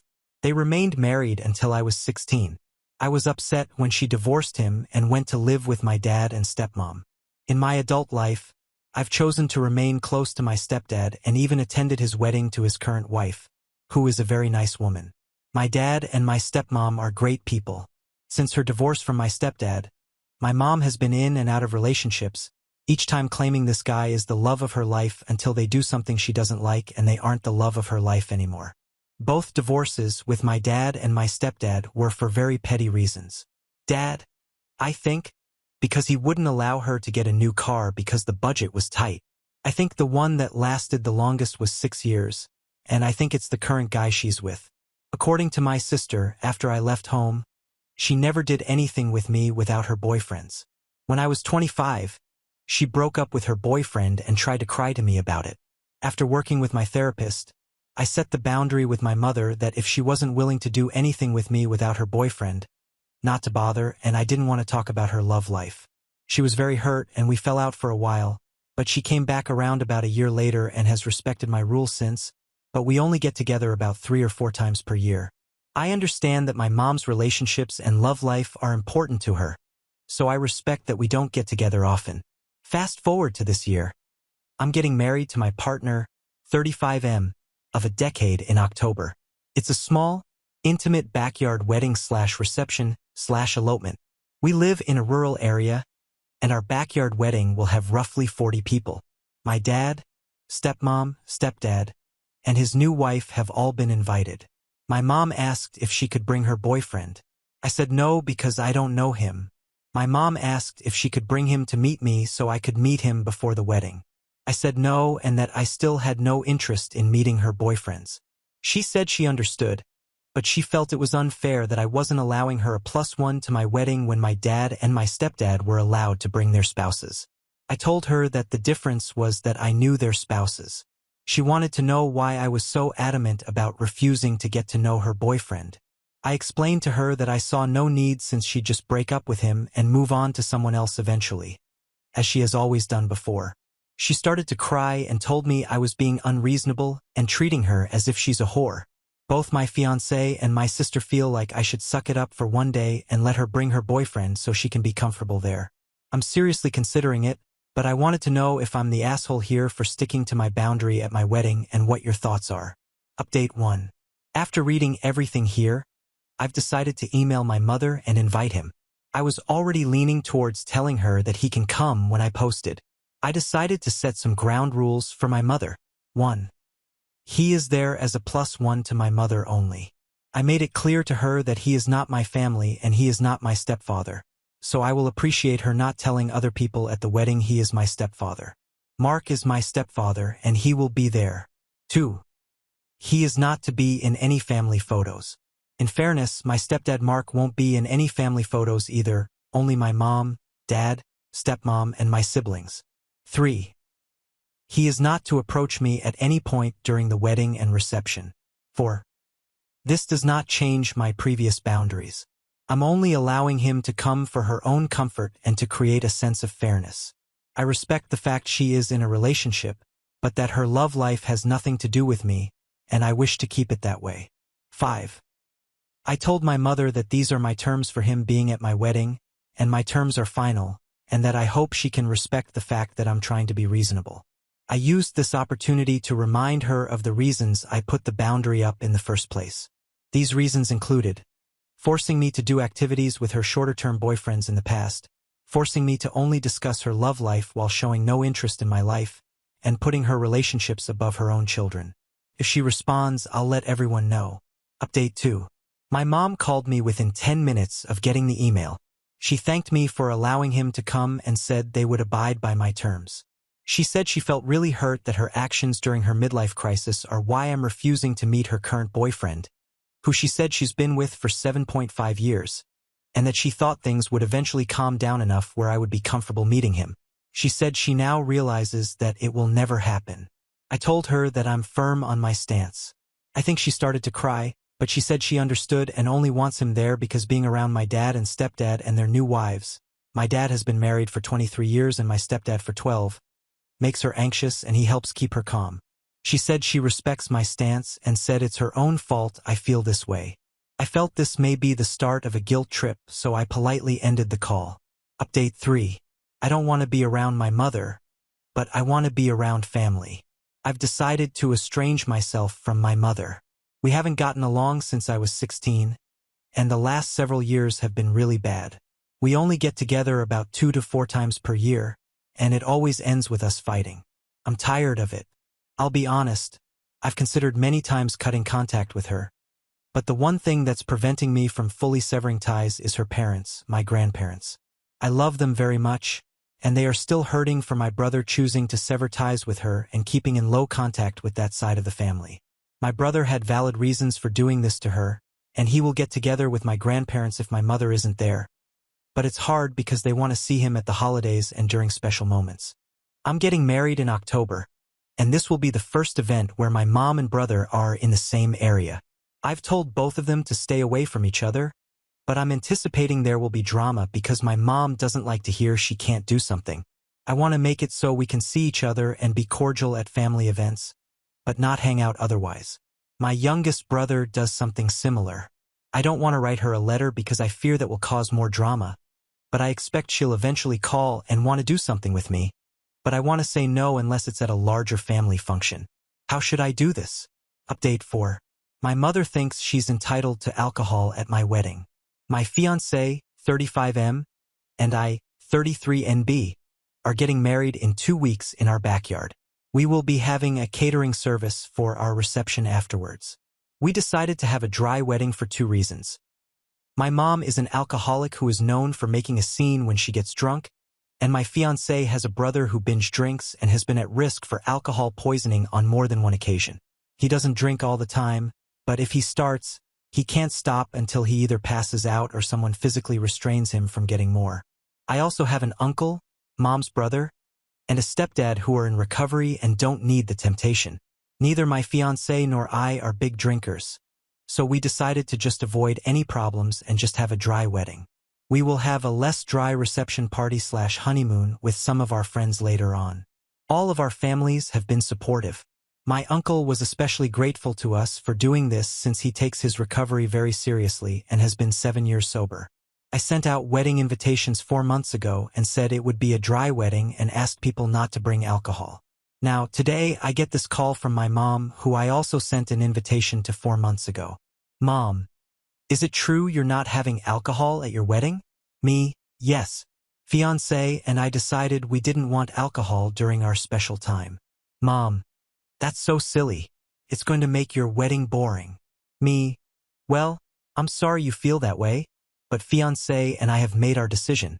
We want everyone to feel comfortable at our wedding. Mom, clearly you don't care about my comfort. What if I want to have a little drink to pass the time? Me, like you did at a different uncle's wedding where you got so drunk and made a horrible scene, calling uncle's wife a gold digger? Mom, it wasn't my fault. They made the drinks. They're too strong. Me, right? I really wish you would address this need to have alcohol wherever you go. Mom, I don't need to have alcohol. I just think your wedding will be boring without it. You want to have a fun wedding, don't you? Me, it will be a fun wedding. We don't need alcohol to have fun. Mom, this is so stupid. Why should everyone else be punished just to make it comfortable for a few people? It seems like you care more about uncle and stepdad than anyone else. Me, or maybe I just want to avoid any scenes. Mom, I just told you that wasn't my fault. Me, just like your DUI isn't your fault? Mom, how dare you bring up that difficult time in my life? I was going through a lot emotionally. What the hell is wrong with you kids? You need to mind your own business. If I want to drink, that's my business. Me, well, my wedding is my business. We do not want alcohol there. That's final. I can't stop you if you decide to pregame my wedding, but I've already made it clear to uncles and brothers that if you cause a scene, that you are to be made to leave. Mom starts crying. Why do you kids hate me so much? What did I ever do to deserve to be treated like this by my children? Me, are you really ready for me to go down that list? Mom, none of you understand. None of you will ever understand. I'm the mother of the bride. I should be treated better than this. Me, I think I've treated you pretty well during this process. I've accepted your boyfriend, whom I don't even know, coming to my wedding. I've even given in to some of your other demands. So please tell me how you've been mistreated. Mom, you didn't invite me to go dress shopping. The mother of the bride always goes dress shopping with her daughter. I barely know fiancé because you never bring him around. How do I know that you're marrying the right person? Me, that's because Aunt made my dress. Mom sarcastically, well, isn't that just special? Me sighing, as for the rest, I think you know why we aren't really close enough for you to have any say in who my significant other is. Honestly, Mom, I'm done with this conversation. If you really feel that strongly about this, I'll understand if you don't want to attend my wedding. Mom, oh, I bet you'd like that, wouldn't you? One way or another, you will respect me as your mother. Me, sure, Mom. I'm hanging up now.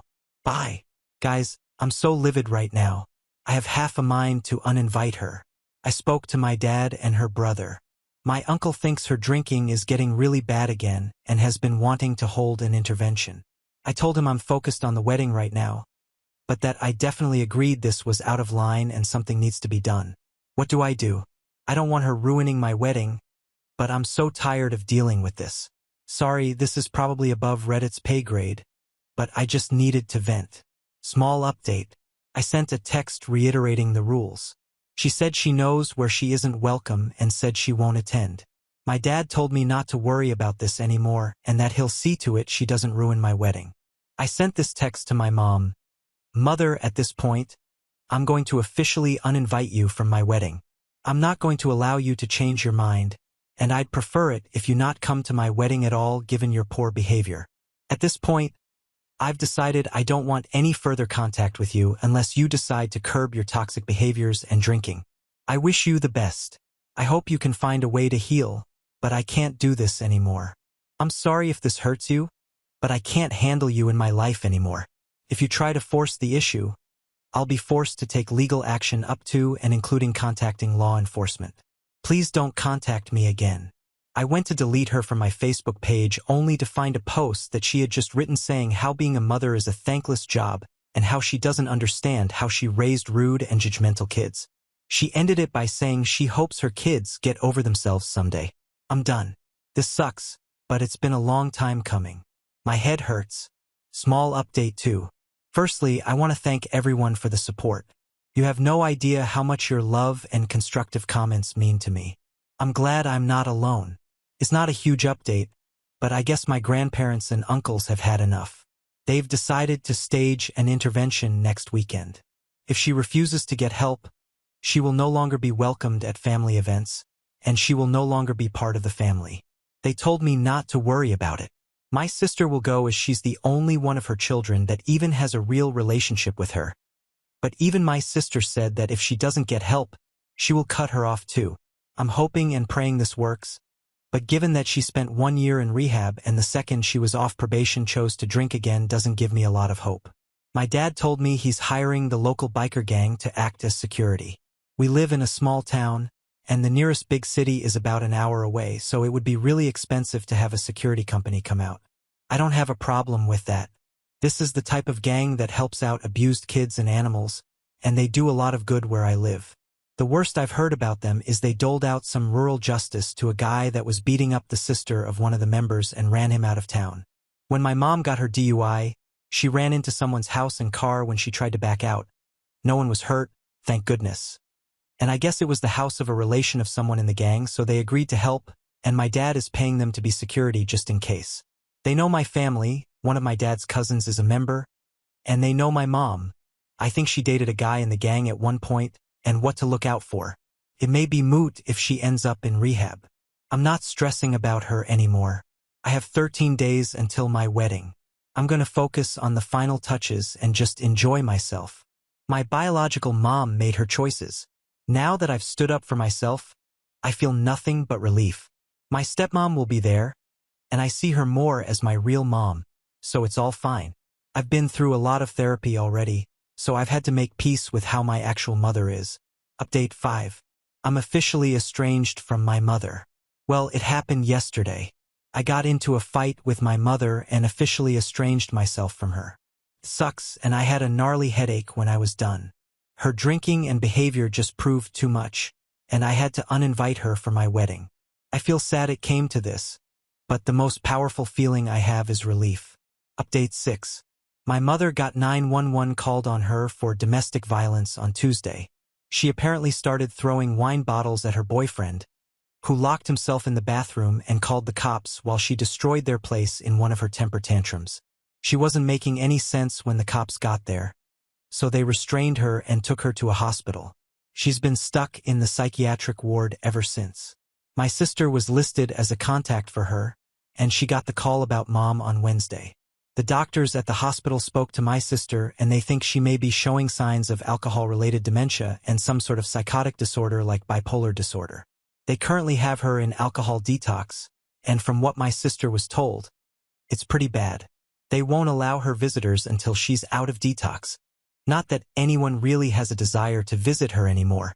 My sister and I decided enough was enough, and we've petitioned a guardianship for her yesterday at the request of a social worker who interviewed my sister, my uncles, my grandparents, and myself. A guardianship means they can hold her while it wades through the system rather than her being released after 72 hours. My grandmother's upset as she thinks all of the issues should be kept in the family and the state shouldn't step in. My uncles and grandfather are on the side of having a guardianship.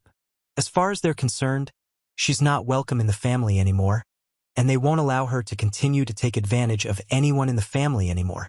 My sister and I say let her be a professional's problem and let them figure out what to do with her.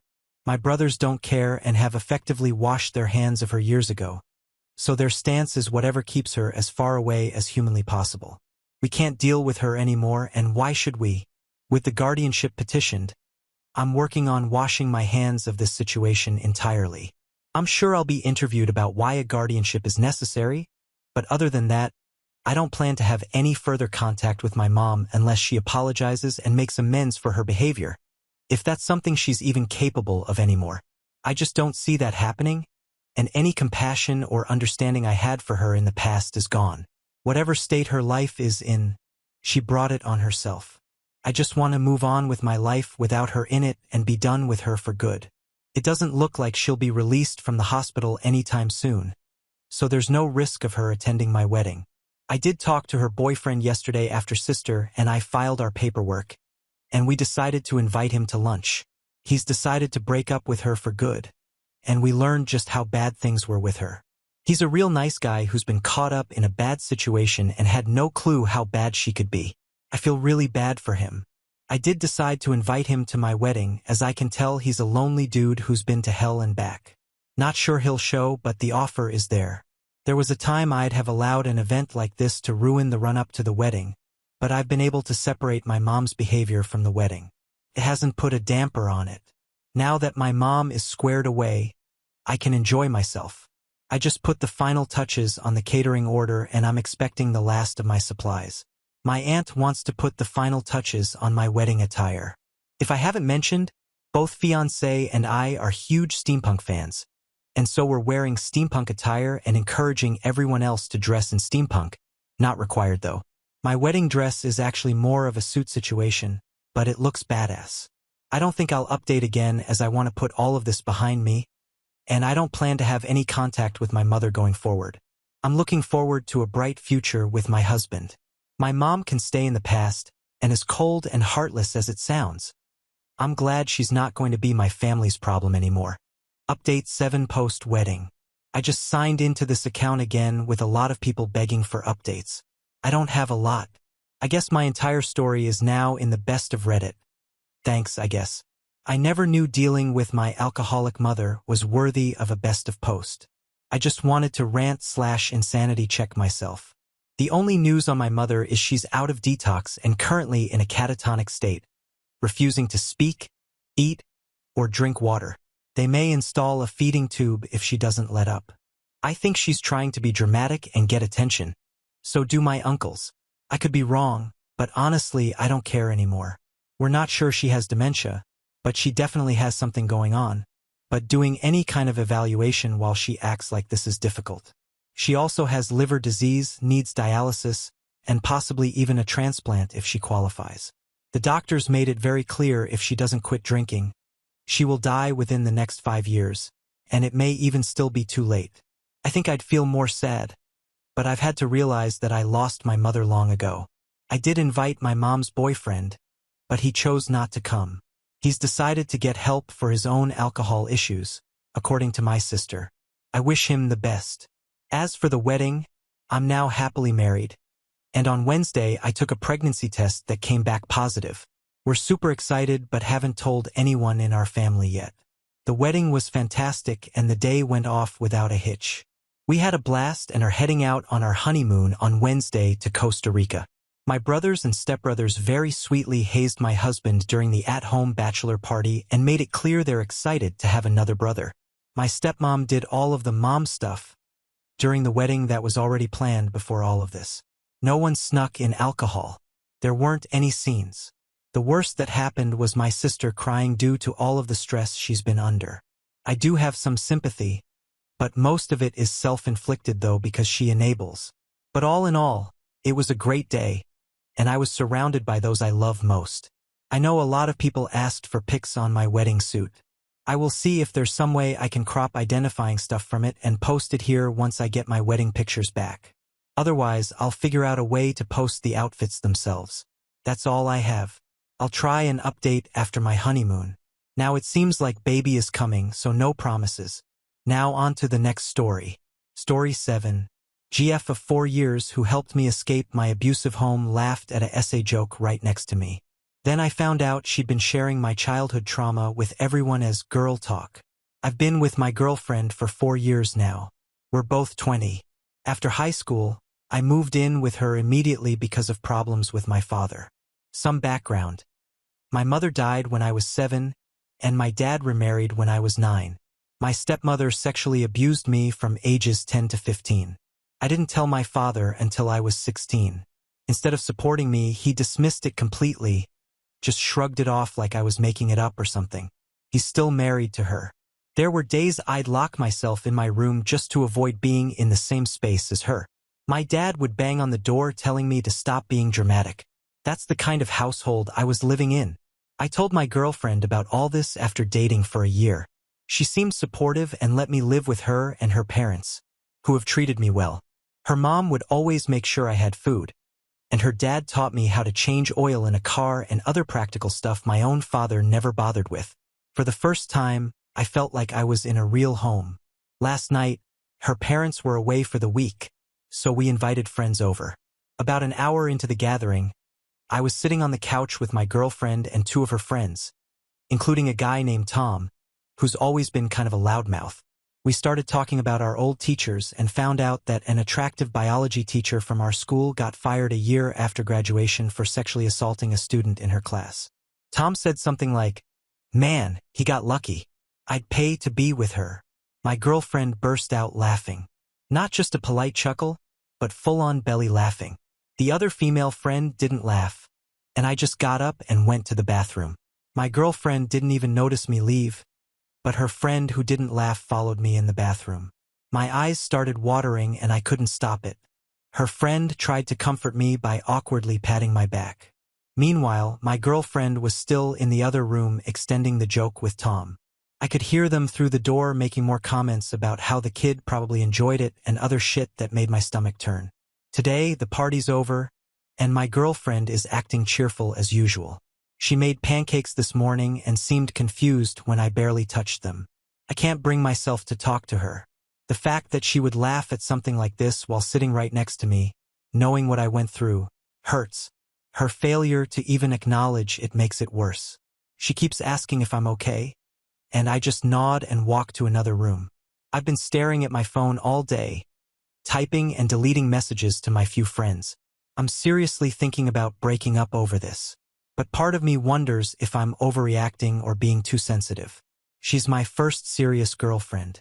We've been together through some tough shit. She helped me pass calculus when I was failing. She went with me to my mom's grave last year, the first time I'd been since the funeral. But now I keep hearing her laugh at that joke over and over in my head. Update 1. About an hour after posting, I told my girlfriend we needed to talk. I didn't have a plan or anything prepared. She was in the kitchen loading the dishwasher when I approached her. She agreed to talk, and we sat at the dining table. I just spilled everything to her. I told her how that joke made me feel, how her laughing felt like she was laughing at my experience, too, and how I couldn't understand how she could forget something so important about me. After I finished, she looked shocked and sad. Her face went pale. She hugged me and apologized multiple times. She claimed she saw that neither I nor her female friend found the joke funny, so she laughed to make Tom feel better. She said she was caught off guard and didn't want an awkward silence. She also claimed she didn't make the connection to my past, and then she started crying, which led to me comforting her. She kept saying she felt terrible and didn't mean to hurt me. Somehow I ended up being the one rubbing her back and telling her it was okay. I'm probably not going to leave her. She helped me escape my old house, and despite still feeling hurt, she seems genuinely sorry. When I first told her about my stepmother, she was the one who convinced me I deserved better and helped me pack my stuff while my dad was at work. I also hate seeing her upset. Maybe I'm being a pushover, but it's hard to throw away 4 years over one mistake. We ordered pizza and watched a stupid comedy movie. Things felt almost normal, but there's still this weird tension. She keeps looking at me like she's waiting for me to explode or something. Thanks to everyone who commented on my original post. I appreciate all the advice. Update 2.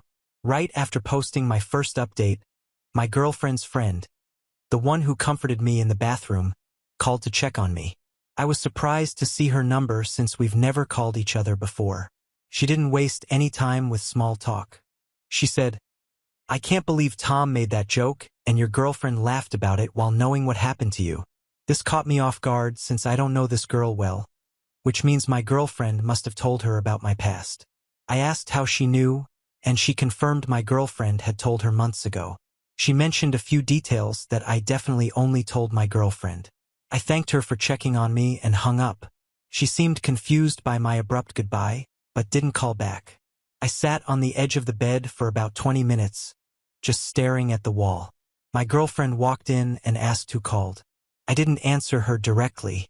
I told her I was going to a friend's house and needed some space. She started asking questions, but I just grabbed my jacket and wallet and left. My friend wasn't home when I got there, but his sister, I'll call her Vanessa, let me in. She took one look at my face and made me sit down. After hearing everything, she called me an a-hole for accepting my girlfriend's apology so quickly, but offered to let me stay as long as needed. She went into her room and called my friend to make sure it was okay. I could hear her saying, "Your dumbass friend is having relationship problems and needs a place to crash." Reading the comments on my update, I think you guys are right about this being a bigger issue than just the joke. It's just difficult to accept because this girl helped me escape from my old home, and I owe her so much. I've been sleeping on her parents' couch for the past 3 years. They bought me a laptop for school. She helped me apply for financial aid for college. I don't have any family to fall back on. Currently sitting on my friend's couch while Vanessa cooks pasta. The apartment smells like garlic and butter, and it's making me realize I haven't eaten all day. My phone has been buzzing nonstop with texts from my girlfriend asking where I am and if I'm okay. I only responded once to say I was safe and needed space. My friend called and said, "We need to have a meeting with the homies about this." His exact words. He sounded more excited about the drama than concerned about my situation, but that's just how he is. Vanessa keeps shooting me these looks of pity while stirring the pasta sauce. It's uncomfortable, but at least I'm not at home pretending everything is fine. Thanks for your advice. I'll stay at my friend's house until I can think clearly. Right now, every time I think about going back, I just feel sick. Update 3. Just finished a call with some friends. One of them is the friend whose sister I'm staying with right now. He and 3 other friends arranged a group call to discuss everything. I've known these guys since middle school. They've never met my girlfriend more than a couple of times because she always said they were too immature. I explained the situation and showed them my previous posts and the comments. They all got quiet when I mentioned what my girlfriend had shared with her friends.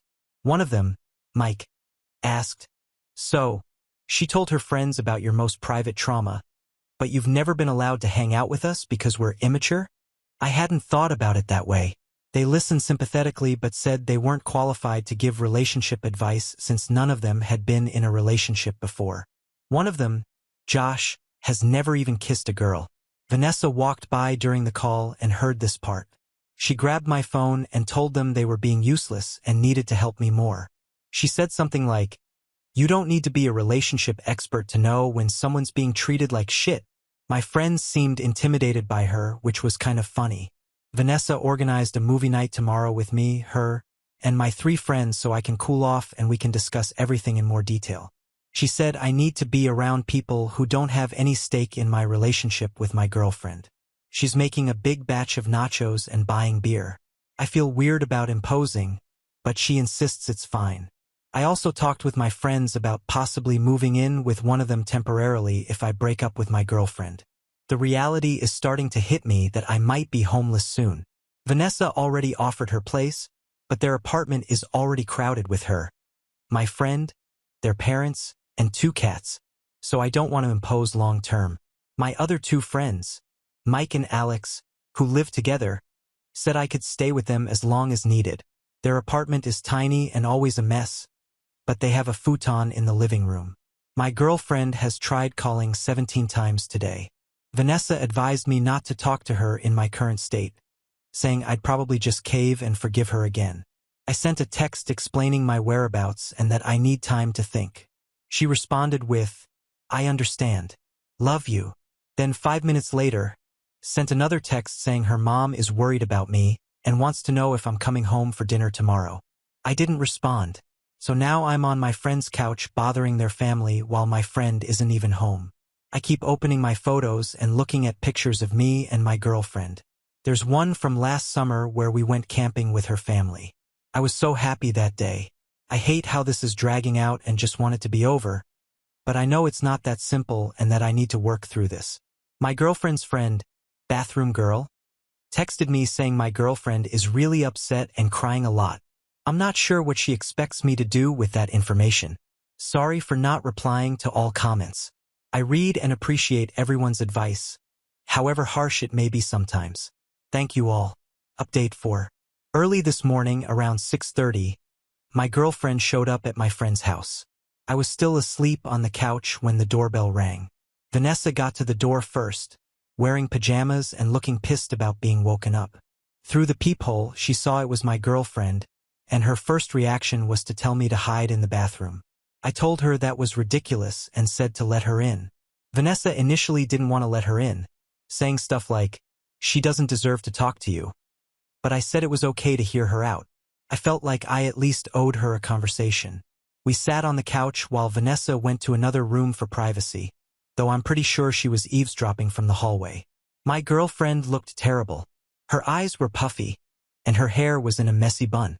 She hadn't even put on makeup, which is rare for her. She again apologized for laughing at the joke and not comforting me, then said she was worried and wanted me to come home, asking what else she could do to make it up to me.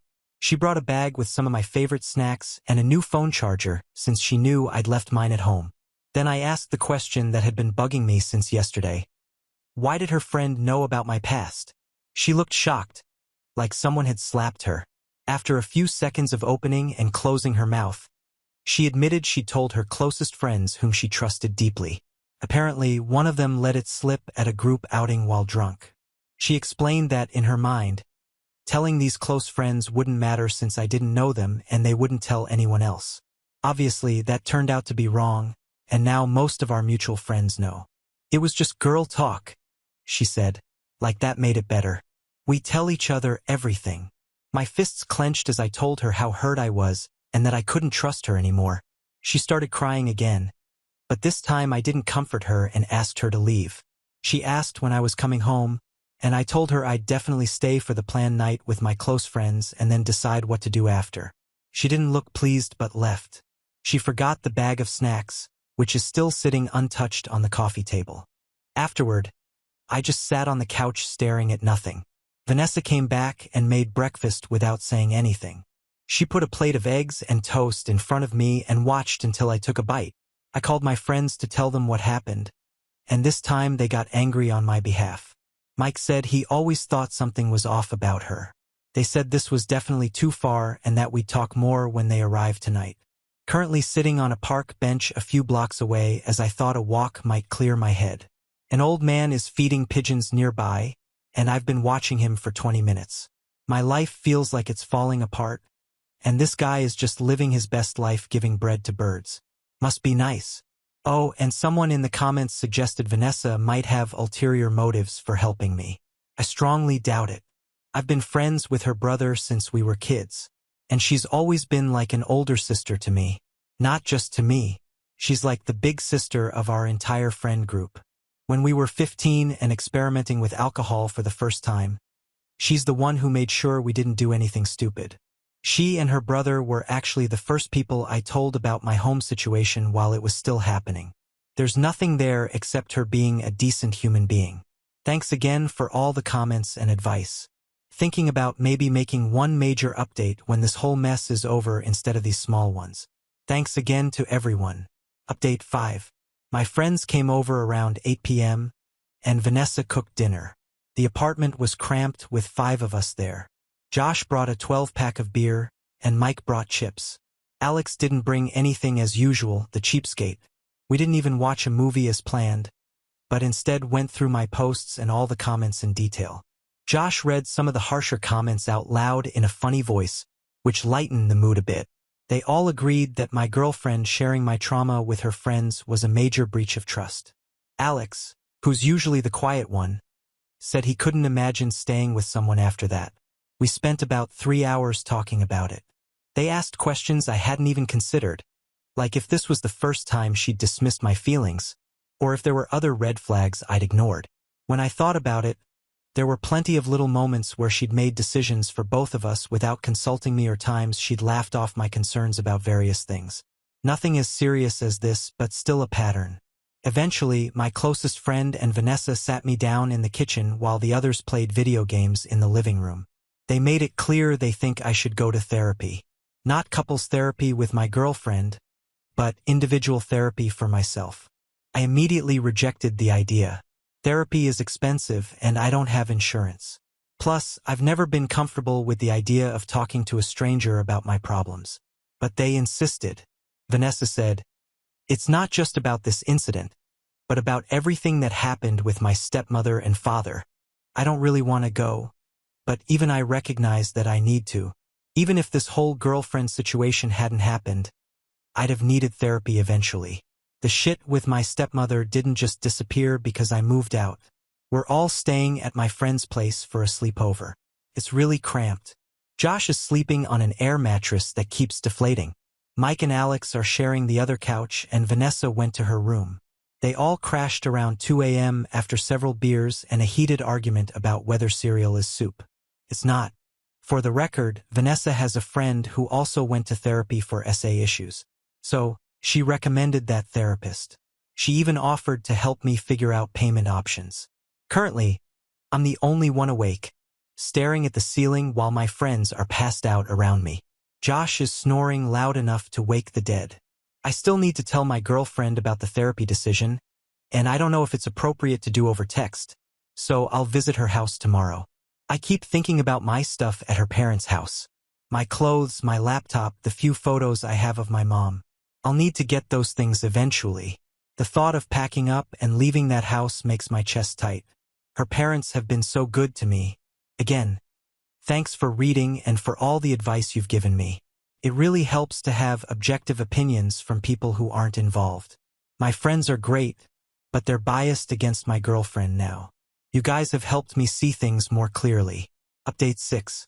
I needed a break from the internet, which is why this update comes several days after everything went down. It's been hard, and I needed time to process without typing everything out immediately. I decided to tell my girlfriend about going to therapy the morning after my last post. I charged my phone and found 34 text messages and 12 missed calls from her. I didn't read them all, just scrolled through quickly. Most were variations of "please come home" and "I'm so sorry." I went to her house alone without any friends because bringing them probably would have created drama. Her mom answered the door and hugged me immediately. She asked if I was eating enough and told me I looked tired. She made me sit at the kitchen table and fixed me a sandwich before calling my girlfriend down from her room.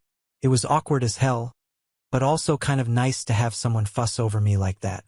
When my girlfriend came downstairs, her mom left us alone. My girlfriend looked like she hadn't slept in days. I told her straight out that I was going to therapy and I needed space to figure things out. I expected her to be supportive, but instead, she frowned. My girlfriend told me she doesn't want me to go to therapy and that I'm already normal. And we didn't have any issues until now. She kept saying we could work things out on our own and that she'd never laugh at something like that again. She said therapists just try to blame everything on your parents and make you pay for it. I stood firm with my decision and told her we needed to take a break. Not just for my sake, but for hers too. I explained that forcing ourselves to stay together now would definitely lead to more problems, and I need to focus on myself. Her face crumpled as she offered that I could still stay at her place even if we weren't together, so I wouldn't have to return to my father's house. I told her I'd already arranged to stay with 2 friends. She nodded and said she was glad I wasn't going back to my old home and hoped I'd return to her someday. She helped me pack some of my things. Neither of us said much. It was strange going through the drawers and closet space I'd been using for years, deciding what to take now and what could wait. I ended up with 2 duffel bags of clothes and my laptop. She kept picking things up and asking if I wanted to take them, like a hoodie of hers I sometimes wore or a coffee mug she bought me last Christmas. I left most of it behind. Her dad came home from work while I was packing and seemed confused about what was happening. When my girlfriend explained, he pulled me aside and asked if there was anything he could do. I thanked him for everything he and his wife had done for me over the years. It was a difficult conversation, but I'm glad I had it. He shook my hand and told me their door was always open if I needed anything. Before I left, my girlfriend tried to hug me, but I stepped back. I couldn't handle that level of contact yet. She looked hurt but nodded like she understood.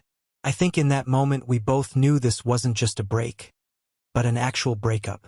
My first therapy session is next week with the therapist Vanessa recommended, and I'm already moving my stuff into the apartment of the 2 friends who offered to let me stay. Their place is smaller than I remembered, and they're not the cleanest guys, but they've cleared out a corner of the living room for me. Mike even bought a screen to give me some privacy. I've been sleeping on their futon for 3 nights now. It's lumpy and uncomfortable, and someone in the apartment upstairs plays the guitar at 7 a.m. every morning. But it's better than going back to my girlfriend's house, or worse, my father's. Alex has been showing me how to cook basic meals since I've always relied on my girlfriend or her mom for food. Yesterday, I made spaghetti that wasn't half bad. Mike has been trying to teach me how to play some video game they're both obsessed with, but I'm terrible at it. Still, it's a good distraction. Overall, I still have lots to work on to improve myself, but I'm thankful to have friends helping me through it. Sometimes I wake up and forget where I am for a second, reaching out for my girlfriend before remembering what happened. Those moments are the hardest.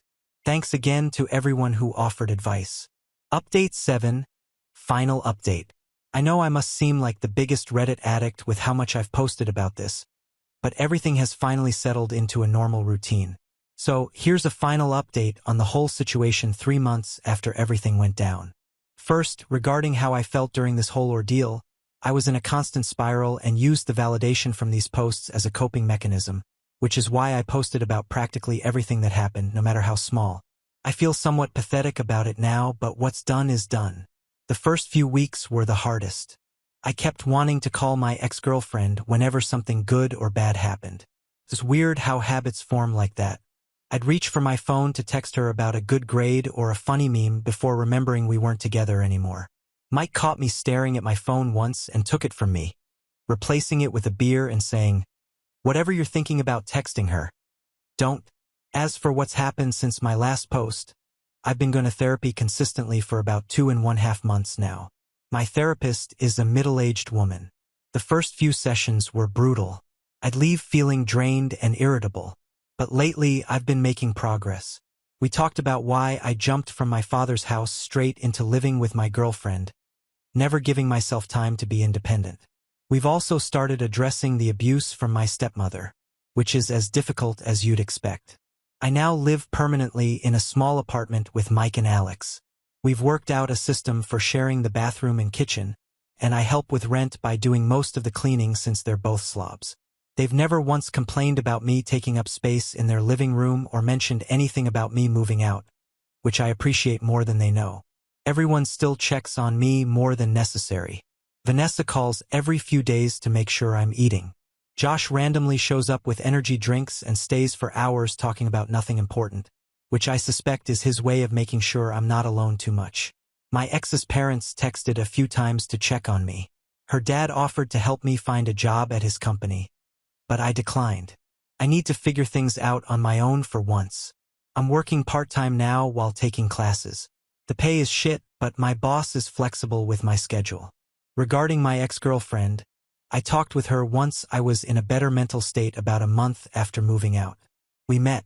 She asked if I could visit her and her parents occasionally, which I do every couple of weeks, but she and I now interact more like polite acquaintances. It's awkward, but not as painful as I expected. She started dating someone new last month. I found out through Instagram. Stung a bit, but not as much as I thought it would. Overall, I'm doing better, staying away from my family and hanging out with the best friends in the world. I still have bad days where I miss what my life was before, but I'm starting to see that maybe that relationship wasn't as healthy as I thought. I know this isn't the dramatic conclusion some of you are hoping for. No explosive confrontations or grand revelations, just a guy figuring his shit out day by day. Thanks for all the support and advice over these months. It genuinely helped me through one of the worst periods of my life.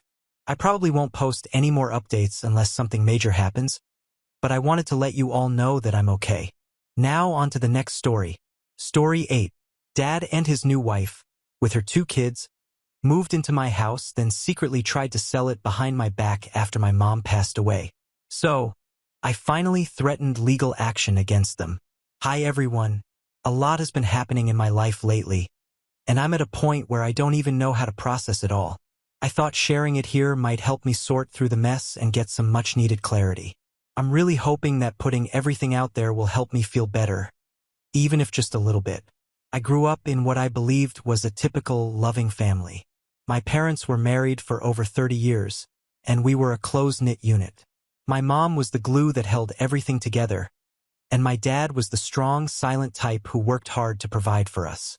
My mom's passing was unexpected and hit us all hard, but it devastated my dad the most. He was utterly lost without her, and I could see the loneliness eating away at him. About a year after Mom passed, Dad met someone new. I was happy for him at first. I wanted him to find love again, and I thought this new lady, Jenny, might be what he needed to start healing. Jenny was around Dad's age, divorced, and had 2 kids from her previous marriage. Her kids were in their late teens and seemed like decent enough people. When Dad announced that he was going to marry Jenny, I wasn't entirely surprised. They had been dating for a few months, and I figured it was only a matter of time before they made things official. It definitely felt very hurried at that time, but I wasn't going to trouble Dad with my ifs and buts. All that mattered was that he was happy. Moving in. After the wedding, Dad and Jenny moved into her small apartment with her kids. It wasn't ideal, but it was what they could afford at the time. I continued living in the house that had belonged to my mother, the home I had grown up in. It was a place filled with memories, both good and bad, and I found comfort in the familiar surroundings. I thought I would have time to adjust to the new dynamics in our family, but things changed quickly. Jenny's apartment became too cramped for all of them, and Dad started hinting that they needed a bigger place. He casually mentioned that my house had plenty of space and that it would make sense for them to move in with me. To be honest, at first I was hesitant. This was my home, my sanctuary, the one place where I still felt connected to Mom. The idea of sharing it with Dad, Jenny, and her kids felt overwhelming. Reluctantly, I agreed. I loved my dad, and I wanted to support him, especially after everything he had been through. I thought that maybe, with time, we could all make it work, that we could find a way to live together peacefully. Moreover, Dad assured me that it would be temporary, just until they could find a place of their own. The boundaries shift. First, everything seemed to be going fine. Jenny was polite, her kids were respectful, and Dad seemed genuinely happy. I even developed a good bond with her kids, Emma and Andy. But gradually, things started to change. Jenny began making little comments here and there about how she thought the house could be better organized, or how certain things should be arranged. I shrugged it off at first, thinking she just wanted to make the place feel more like her home. But the suggestions became more frequent, and soon it wasn't just suggestions. Jenny started changing the furniture, redecorating rooms, and even throwing out things she deemed unnecessary. What really irked me was how she started talking to me about the house as if it were hers. She would say things like, "In my house, I prefer things to be this way," or, "I think our home could use a new coat of paint." It was subtle at first, but it became more blatant over time. I found myself constantly on edge, feeling like I was losing control of the one thing I had left from my mother. The house was supposed to be my safe haven, the place where I could hold on to the memories of her, but it was slowly becoming something unrecognizable. Every time Jenny made a suggestion, it felt like another piece of my mother was being erased. I tried to push back, to assert my ownership of the house, but Dad always stepped in, trying to play peacemaker, urging me to be more understanding. The final straw and the revelation. The final straw came when I found out that Jenny had made plans to renovate the kitchen without consulting me. She had already contacted contractors and was discussing designs with them as if she were the owner of the house. I was livid. This was my home, the place I grew up in, the house my mother had loved and cared for, and Jenny was treating it like it was hers to do with as she pleased. It turns out that Dad had been telling Jenny a completely different story all along. He told her that the house was technically his, inherited through my mother, and that he was graciously letting me stay there because it was my childhood home. But now that they were married, the house was essentially theirs. He had led her to believe that once they moved in, she could take charge and make the house her own as a way of starting fresh and moving on from the past. When I finally sat down to discuss my concerns with Jenny, I was shocked to hear her perspective. She explained that Dad had assured her the house was now hers to manage and redecorate as she saw fit, and that my presence there was merely temporary. She said that since she was now the lady of the house, she felt it was her responsibility to make it feel like a home for everyone. I was floored, but I knew Jenny wasn't at fault here. It was my dad. He was the one who lied to her. So, I calmly told Jenny that this was my mother's generational home, a place that had been in our family for decades, and that my mom had passed it down to me specifically. I told her I didn't care what Dad had told her or what kind of arrangement they had, but the house was mine, and I didn't plan on changing its layout or appearance anytime soon. My mom had worked tirelessly on this house, pouring her love and creativity into every corner, and I wasn't about to erase her memory by letting someone else take over so quickly. The confrontation. The conversation started off calm, but as soon as I made it clear that I wasn't budging on the matter, Jenny's demeanor shifted. She went from being understanding to outright hostile in a matter of seconds. She accused me of being stuck up, saying I was clinging to the past, and refusing to accept that things had changed. She said that I was living in a fantasy world, where my mother's memory was more important than the happiness of the living people around me. I was taken aback by her sudden outburst, but I tried to stay composed.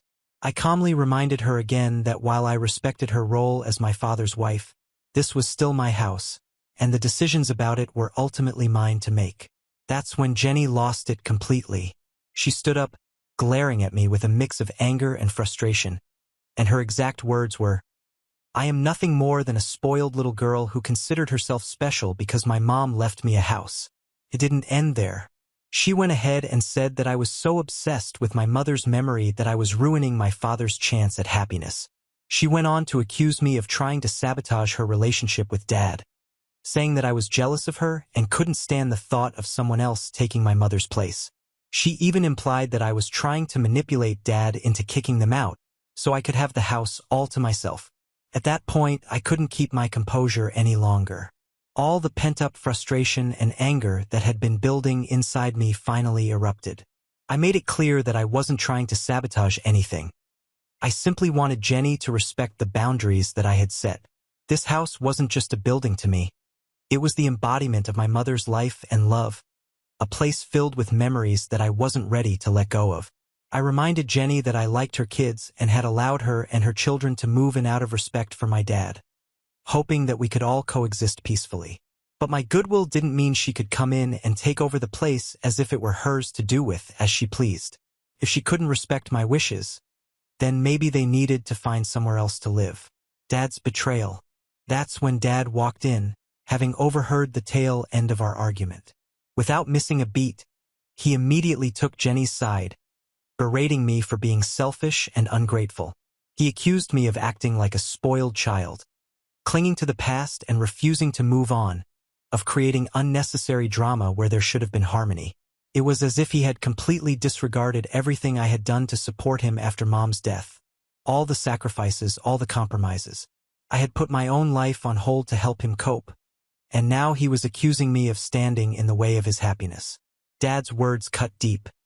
It felt like a betrayal, as though the person I had always looked up to and relied on had suddenly turned against me.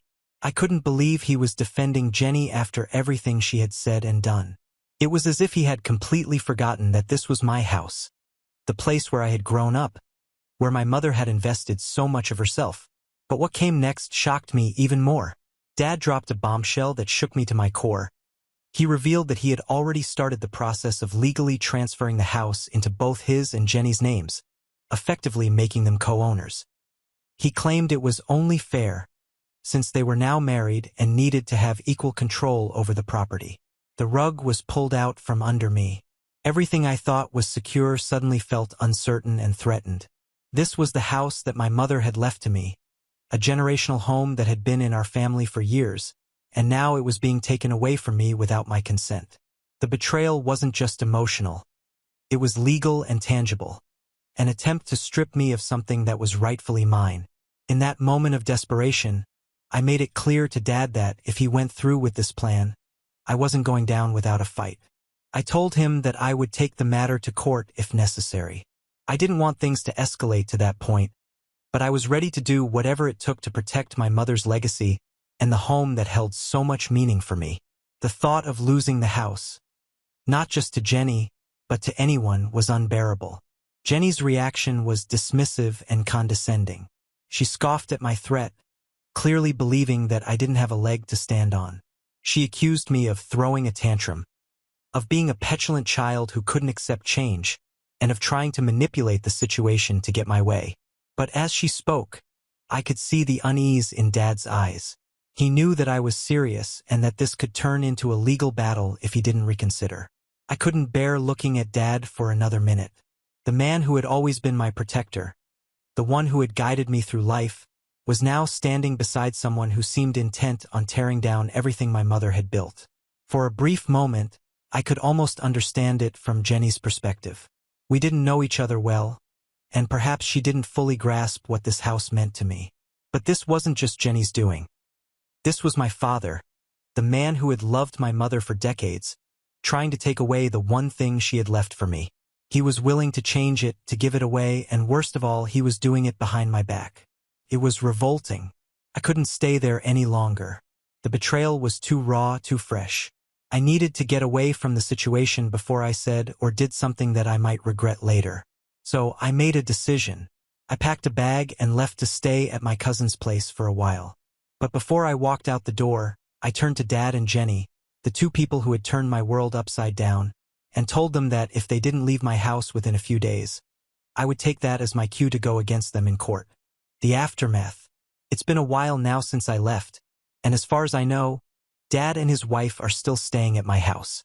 Every day I'm bombarded with texts and voicemails, a relentless stream of messages that only add to the turmoil I'm already feeling. Dad's messages are filled with pleas to come back and discuss everything once again, as if we could just sit down and talk our way out of this mess. He's trying to guilt trip me, saying things like, "Your mother wouldn't want this," and asking if this is really how I want to honor her memory. His words sting because a part of me knows that he's right. Mom wouldn't want our family to be torn apart like this, but she also wouldn't want me to be walked over, to lose the home she had left for me. Jenny's messages are a different story. They're full of anger, frustration, and outright hostility. She's calling me names, accusing me of being selfish and petty, and threatening to take action against me if I don't drop this silly fight. It's as if she's trying to wear me down, to make me second-guess myself and my rights to the house. But instead of breaking me, her words only fuel my resolve. Now I feel stuck like never before. I'm torn between the love and respect I have for my father and the need to stand up for myself and what's rightfully mine. Part of me wants to find a way to reconcile, to find a solution that doesn't involve courts and legal battles. But another part of me knows that if I don't fight for this now, I'll regret it for the rest of my life. I'll regret not standing up for my mother, for the home she created, and for the memories that mean everything to me. So here I am, caught in a web of conflicting emotions, unsure of what to do next. I never wanted things to escalate to this point, but I also can't ignore what's happening. The house is more than just property to me. It's my connection to my past, to my mother, and to everything that's shaped who I am. And yet, I'm faced with the heartbreaking reality that fighting for it might mean losing my father, the only parent I have left. I'm left wondering if I'm doing the right thing. Am I being too stubborn, too unwilling to compromise, or is this a battle worth fighting, even if it means potentially severing ties with my own father? I don't know where to go from here, but I know that I can't let this go without a fight. So, I have to ask, am I the a-hole for standing my ground and threatening to take my own father to court to protect the house my mother left me? Update 1. Hi everyone. I wanted to give you all an update on what's been happening since my last post. As I mentioned before, I've been staying at my cousin Tina's place for a while now. Tina and I have always been close, more like sisters than cousins, and she's been a rock for me during this whole mess. We've been best friends since the day we were born, practically inseparable. So, when I showed up on her doorstep after everything went down, she welcomed me with open arms. After I told her the whole story, Tina was furious on my behalf. She couldn't believe what Dad and Jenny were trying to do, and she didn't mince words when she said I needed to fight back. She pointed out, just like many of you did, that walking away from my house after their tantrum could easily be seen as a sign of weakness, a signal that I was too scared to stand up for myself. Tina is not one to back down from a fight, and she made it clear that I shouldn't either. She also reminded me that if I let this slide, I'd be giving them the power to walk all over me, and that's something neither of us could stomach. Tina connected me with a lawyer she knows, someone she trusts and who's helped her with legal matters in the past. We've started discussing the case in detail, and I have to say, I'm feeling more confident now than I did before. The lawyer thinks we have a strong claim, especially since we have Mom's will, which explicitly states that the house is mine. Not only that, but there's also a letter Mom wrote to me in her last days. It's a deeply personal letter, one that I've cherished since she passed. And in it she mentions that she wants me to have the house because it's been passed down from one woman to another in our family for the last 3 generations. That letter is more than just a piece of paper. It's a testament to my mother's wishes, and it holds significant emotional and legal weight. Of course, I don't want things to get ugly if they don't have to. I'm not looking forward to the prospect of a long, drawn-out legal battle with my own father. It's not just about the financial cost, though that's certainly a concern. It's also about the emotional toll it could take on both of us. I've been thinking a lot about what my next move should be, and I've decided that before I file anything in court, I'm going to give Dad one last chance to do the right thing. My plan is to go back to the house and lay it all out for him. I'm going to tell him that he has 2 options. Either he and Jenny pack up and leave, or I'll have no choice but to move forward with the lawsuit. I'm not making this decision lightly, and I'm certainly not doing it out of spite, but I can't let them take away what's rightfully mine, especially not something as important as the home my mother left me. I know this might be my last chance to resolve things peacefully, and I'm holding on to a small hope that Dad will see reason and agree to leave. But if he doesn't, I'm ready to fight for what's mine. Jenny, of course, is another story. She's been blowing up my phone with messages, most of them nasty and full of insults. She's calling me all sorts of names, accusing me of being a spoiled brat and saying that I'm trying to ruin their lives. But honestly, I've reached the point where I don't care what she thinks of me. Her opinion means nothing to me. She's just my dad's new wife, and she doesn't get to rewrite the history of my family or take away my mother's legacy. I'm planning to visit the house very soon, and I have to admit, I'm nervous about what might happen. I'm walking into a situation that could go in any number of directions, and none of them are particularly appealing. But I'm determined to stand my ground, no matter what. This isn't just about a house. It's about my family, my mother's memory, and my own sense of self-respect. Whatever happens, I promise to keep you all updated. Thank you so much for your support and advice. It's been a lifeline during this incredibly difficult time. I'll let you know how things go as soon as I have more to share. Update 2. Things have taken a turn for the worse, and I'm still reeling from what I discovered. I finally worked up the courage to visit my house, hoping, maybe naively, that Dad and I could have a rational discussion. I wanted to believe that there was still a chance to resolve everything without legal action, that maybe, just maybe, he'd come to his senses. But any hope I had for making things easy was dashed the moment I arrived. When I pulled up to the house, I noticed something strange. There was a car in the driveway that I didn't recognize, and for a second, I thought maybe it belonged to one of Jenny's friends. But as I got closer, I saw Dad standing at the front door with another man, someone I didn't know. The look on Dad's face when he saw me was one I'll never forget. He was clearly shocked, as if he'd seen a ghost. He started stuttering, his face going pale, and I knew immediately that something was very wrong. I demanded to know who the stranger was, and to my absolute horror, he introduced himself as a real estate agent. My blood ran cold. A real estate agent? What was a real estate agent doing at my house? The truth hit me like a ton of bricks. Dad had been showing the house to potential buyers. He was trying to sell the house right out from under me, behind my back. Did he really think I wasn't coming back?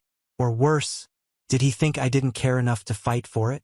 The anger that surged through me in that moment was like nothing I'd ever felt before.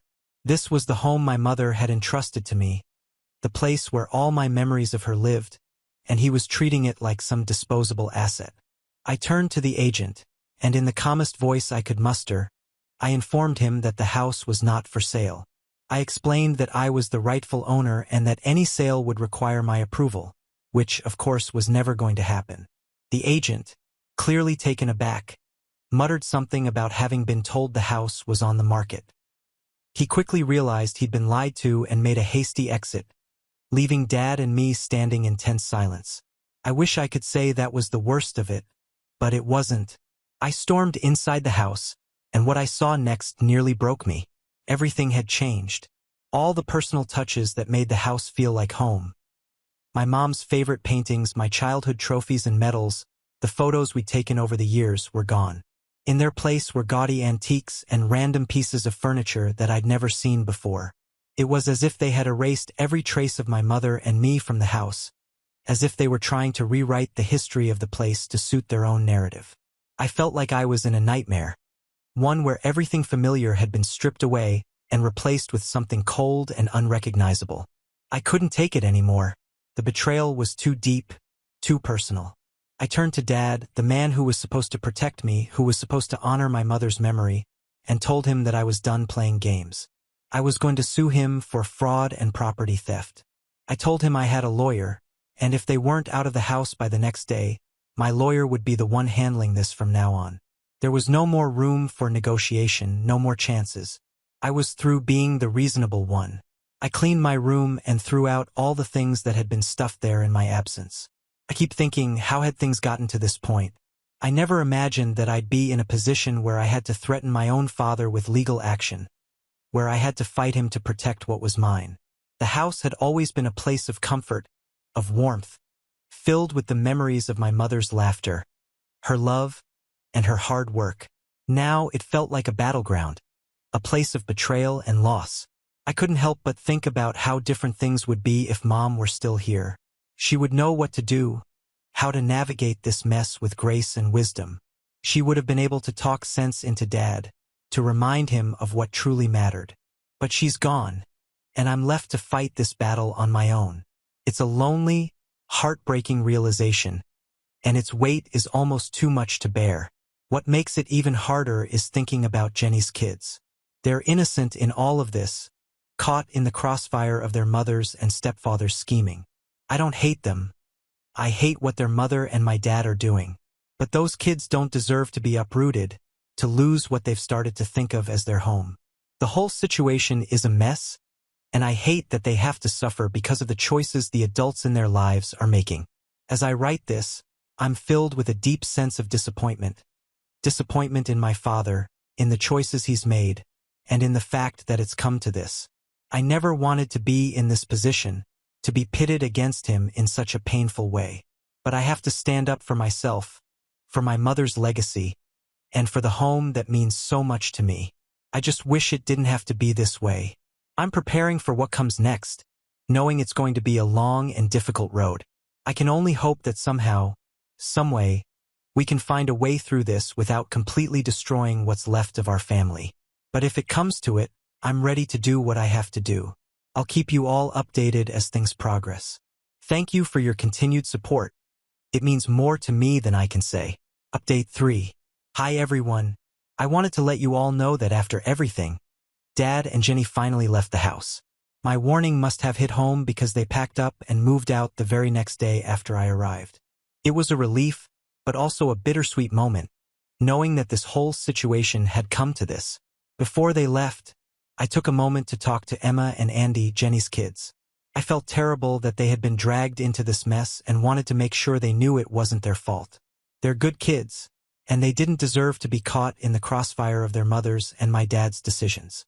I apologized to them for everything, explaining that I didn't want them to suffer because of what was happening between the adults. To my surprise, Emma and Andy were incredibly understanding. They told me they didn't agree with what their mom had done either, and that they knew I wasn't trying to hurt them. Their maturity in the face of all this chaos really touched me. But what really got me was when they handed me a small box. Inside were the miniature paintings my mom had made, the ones that Jenny had removed from the living room when she redecorated. I hadn't seen them since everything started and had assumed they were gone for good. But those sweet kids had saved them, knowing how much they meant to me. I couldn't help but get emotional when they handed me the box. It was a reminder that even in the midst of all this ugliness, there were still moments of kindness and understanding. To show my appreciation, I gave Emma and Andy my phone number and told them they could reach out to me anytime. I also let them know they were welcome to visit the house whenever they wanted. After all, it wasn't their fault that things had turned out this way, and I wanted them to know they still had a place here, even if their mother didn't. As for Dad, he tried to talk to me multiple times about the whole ordeal. He seemed desperate to find a way to stay in the house, even going as far as offering to sign a rental agreement. But I couldn't take that risk anymore. The trust had been shattered, and I knew that allowing them to stay, even under a formal agreement, would only lead to more trouble down the road. I explained again that there were only two choices. Either I'd take legal action or they had to leave. There was no middle ground anymore, and I wasn't going to budge. Jenny, on the other hand, made it painfully clear that she wasn't happy with the situation. She spent the last few hours in the house murmuring under her breath, slamming doors, and throwing things around in an obvious attempt to provoke me. But by that point, I was beyond caring. Her tantrums couldn't touch me anymore. As long as they got out of the house, that was all that mattered. Once they were finally gone, I felt a mix of exhaustion and relief. The house was mine again, but it was in a sorry state. I've been slowly restoring it to its former glory, putting everything back where it belongs and undoing all the changes Jenny had made. It's been a lot of work, but it's also been cathartic in a way. Every time I hang one of my mom's paintings back on the wall or replace a piece of furniture that had been moved, I feel a little closer to her, like I'm bringing her memory back to life in the home she loved so much. I'm taking things one day at a time, trying to move forward while honoring the past. It's going to take a while to fully restore the house, but I'm committed to seeing it through. This house is more than just a building. It's a symbol of everything my mom worked for, everything she valued, and I'm going to make sure that her memory lives on here, just as she would have wanted. I want to thank all of you for your support throughout this entire ordeal. Your advice, encouragement, and kindness have meant more to me than I can express. Knowing that there were people out there who understood what I was going through and had my back gave me the strength to keep fighting when things got tough. I couldn't have done this without you, and for that, I'll be forever grateful. Thank you from the bottom of my heart. Now on to the next story. Story 9. Mom sold our dad's house behind our backs to buy her jobless new husband a boat, but he left her for another woman. Now she's begging to live with me after spending all the money. My mom, 50F, has had a very interesting life, if that's the correct adjective in this sense. She was never a bright student, which was fine because my grandparents believed that women needed to take care of the house and family. She grew up with those beliefs and continues to hold on to them today. She got married to my dad 2 years after she finished school, when she was 20. At 21, she had my older sister, Jasmine, now 29F, and 2 years later she had me, Bianca, now 27F. Both my sister and I were always closer to Dad. He didn't share the same views as Mom and was very supportive. He encouraged us to do well in school, enrolled us in a bunch of extracurricular activities, and made it a point to always be there. He drowned me in art supplies because I love sketching, and he never let my sister miss a single day of soccer practice because that was where she showed potential. He was always there for us, and this really irked my mother. She didn't like us having hobbies. She didn't like the fact that we were academically inclined. Our nature and Dad's support actually caused her to lose a lot of respect in her family. My maternal grandparents in particular didn't like us much. All of this changed when Dad passed away when I was 11. He was in a car crash, and after being hospitalized for a few days, he passed away. This was a huge emotional and financial blow for my mother and of course for us too. I don't want to go into the emotional ordeal we went through because it's not relevant, but financially we were done for. Dad's hospital stay had racked up thousands of dollars, and we didn't have enough insurance to cover it. Most of his savings went to pay the bills, and my mother had no savings of her own since she wasn't employed. A few weeks after his death, I remember we had to sell a lot of our stuff. I sold my art supplies, my sister stopped going to soccer practice, and we were given household chores to do. My life had completely changed, and I hated every bit of it, but there was nothing I could do because I was still dependent on my mother. That's when my paternal grandparents stepped in to help. We had never been very close because they lived 3 states away, so we didn't see each other much, but whenever I did meet them, they were always sweet to me. When my grandfather came to visit us, he was shocked to hear that Mom had sold my stuff to make ends meet. He offered to cover the cost of our hobbies and interests, but my mother shut down the proposal, saying she needed money to help us survive, not to fund our useless interests. She said if he wanted to send money, it should be for groceries or electricity. My grandfather got annoyed and said she could work to make ends meet, and he would be willing to take over the extra costs. Ensuring our survival was her responsibility, and it'd only help if she fulfilled her duties. My mother said no, and that was that. Even at that point, my mother still hadn't started working and was living off handouts from family. These handouts were not consistent. Some months we had a lot, some months we had next to nothing. It was mostly her parents paying our way. She flat out refused to get a job, insisting it was the duty of the men in her family to support her because she genuinely believed it was a man's job to provide. This went on for a few months, and her parents took pity on her and us and provided for our needs. But soon enough, that money stopped coming regularly. Mom was severely cash-strapped, and Jasmine and I had to take out jobs for extra cash. Every weekend, we could be seen at a neighbor's house walking their dog, weeding their garden, etc. It was tough, but even then, Mom didn't start working. Finally, her parents had had enough, and they sat her down for a talk. They told her they could no longer support her and us because they had planned to live out their retirement years a certain way and couldn't afford to take care of us anymore. This came as a huge shock to Mom, surprise, because she had assumed that since Dad had died, it was her father's responsibility to take care of us since men provide. It was hard to argue with that logic, especially since my grandparents had raised her that way, but now they were changing their tune. They said it was the job of the husband to provide for his wife, and if the husband is no more, then the wife needs to provide for the kids.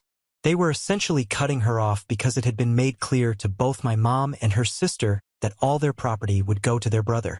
It was a show with a lot of name-calling and tears, but my grandparents wouldn't budge.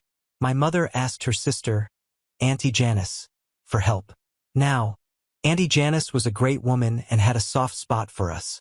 Her husband was a surgeon, and even though they didn't interact with us much, he was willing to help. But what we got from them wasn't enough to support a family of 3, so Mom went back to my paternal grandparents. My grandfather was more than willing to help, but only on the condition that my mom worked too. She had no choice but to agree because there was no way we could survive without their help. She got a housekeeping job at a nearby hotel, and it paid decently, so our lives were back on track. With help from our uncle and grandpa, we were back to living comfortably. This arrangement continued for the next 2 years until I was 14 and my sister was 16. That's when our mother introduced us to Dan. Dan was her new boyfriend, and they wanted to get married. One look at him and Jasmine and I were disgusted. He looked and smelled like a pig, and I'm not exaggerating. It felt like the last time he bathed was in high school. He reeked of cigarettes and had this lost look on his face, as if he couldn't register a single word anyone said to him. Needless to say, Jasmine and I didn't just disapprove of him, we hated him with all our hearts. Unfortunately, Mom was madly in love with him, or so she claimed. They got married in a hush-hush ceremony, and Jasmine and I were sworn to secrecy. We couldn't tell anyone on Dad's side of the family that Mom had gotten married again. She was worried that if our grandparents found out, they'd stop the monthly payments, and since it was a generous amount, we genuinely couldn't have done without it. So Jasmine and I kept quiet. I don't know what was going through Mom's head when she married Dan, but I think she thought that if she got married and had a man in her life, she wouldn't have to work anymore and he'd take care of everything. I'm sure that was her assumption because a week into their marriage, she quit her job and was back at home. The problem was Dan was unemployed, chronically unemployed. He couldn't hold a job for more than 2 months, and after that, he'd sit at home playing video games, then maybe look for another job when he got bored of the games. All of Mom's dreams came crashing down because this man had no intention of providing for any of us. Jasmine and I went back to doing our jobs for people to earn some spending money. So in this family of 4, most of the money came from my father's parents or my mother's sister's husband. It was dysfunctional, to say the least, and Jasmine and I were desperate to move out. We kept our interactions with Mom and Dan to a minimum, focusing on school and our part-time gigs. This was the setup for the next 4 years, until I left for college and went low contact with Mom. By the time I was on the verge of leaving, Mom and Dan were having problems because in addition to being unemployed, Dan was also a serial cheater, which honestly came as no surprise to either me or my sister. Mom kept forgiving him or pretending not to notice, but things were messy. Once I went to college, I went very low contact with Mom. I stayed in touch with my grandparents and aunt and uncle, so somehow my mother always had information about what was going on in my life. I graduated from college when I was 23 and landed a decent job. After that, the problem was that I graduated right before COVID, so my promotions and raises were small. I couldn't save as much as I thought I would, and life kind of came to a halt for a bit. My grandpa, the good one, offered me some help, but I didn't want to burden him, so I said no. Thankfully, I wasn't laid off, so I shouldn't complain too much. A few months ago, I got a promotion at work and a hefty pay raise. This put me in a comfortable position to buy a small house, since I'd also saved during the COVID years. I lived as frugally as possible, and even though I'd targeted becoming a homeowner by 25, this was just a 2-year delay, so I was happy. I don't know how, but my mother found out I'd bought a house. She called me, saying she wanted to meet me because it had been so long since she saw her baby. I knew something was up because the last time I saw her was during my final semester of college. I had never asked to meet her after that, and she had never offered. I told her I'd let her know when I was free and get back to her. I wasn't planning to get back to her ever. She then said it was urgent and that I needed to let her know soon. I knew she wanted something from me, so I made an excuse and ended the call. 2 days later, she called again, saying she was in a bit of a mess and needed my help. Before I could even agree to help, she said she heard I'd bought a house and wanted me to let her and Dan move in. They basically wanted to move in together into my house. I couldn't help but laugh at her audacity. I told her I was surprised Dan was still around, and I'd hoped she'd left him. I said I didn't have a house like she thought. It was a studio with a balcony, and there was no way the three of us could fit. I didn't want to tell her that I didn't want her there, so I hoped the size and space argument would be enough to deter her. But I've been too hopeful. She told me since it was a one-bedroom apartment, I could vacate it so Dan and she could move in together. I told her there was no way that was happening. I hadn't worked so hard just to have someone else live in my house, plus I had a mortgage to pay. I told her I'd charge her the market rate for rent, and she lost it. She started screaming at me, saying she couldn't believe I'd take rent from my own mother and that she hadn't raised her daughters to be such leeches. I told her I didn't have time for either her or her screaming, and if she wanted to beg for scraps, she could do it somewhere else. I hung up and blocked her. I called Jasmine to see if Mom had given her a similar call, but she said no. The last time they talked was a month ago when Mom asked where she was living. Jasmine told her she had moved in with her boyfriend and that they were saving up for a house together. I couldn't understand why Mom needed a place to stay in the first place. She still had our dad's old house, the one we grew up in, where Dan had moved in with us. I had no idea why there was suddenly a need for her to move somewhere else. I called my paternal grandparents to ask about the house. That's when I got the full picture of what was really going on. So the house we grew up in was in my grandfather's name. It was supposed to legally go to Dad when my grandparents passed away. The understanding was that my dad and his brother, our Uncle Liam, would each be given a house owned by my grandfather so they could live rent-free. This was to give them a good start in life and allow them to invest in properties for their children. So legally, the deed to our childhood home wasn't in my father's name, but in my grandfather's. When Dad died, my grandmother was adamant that Grandpa should keep the house in his name so it could be given to Jasmine and me when we became adults.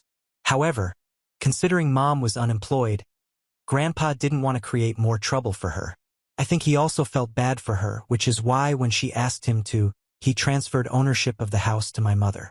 This was done with the understanding that when I turned 25 and Jasmine 27, the house would be given to us. I now believe this is why Mom told us to be careful and not mention that she had married Dan. Word eventually got out though.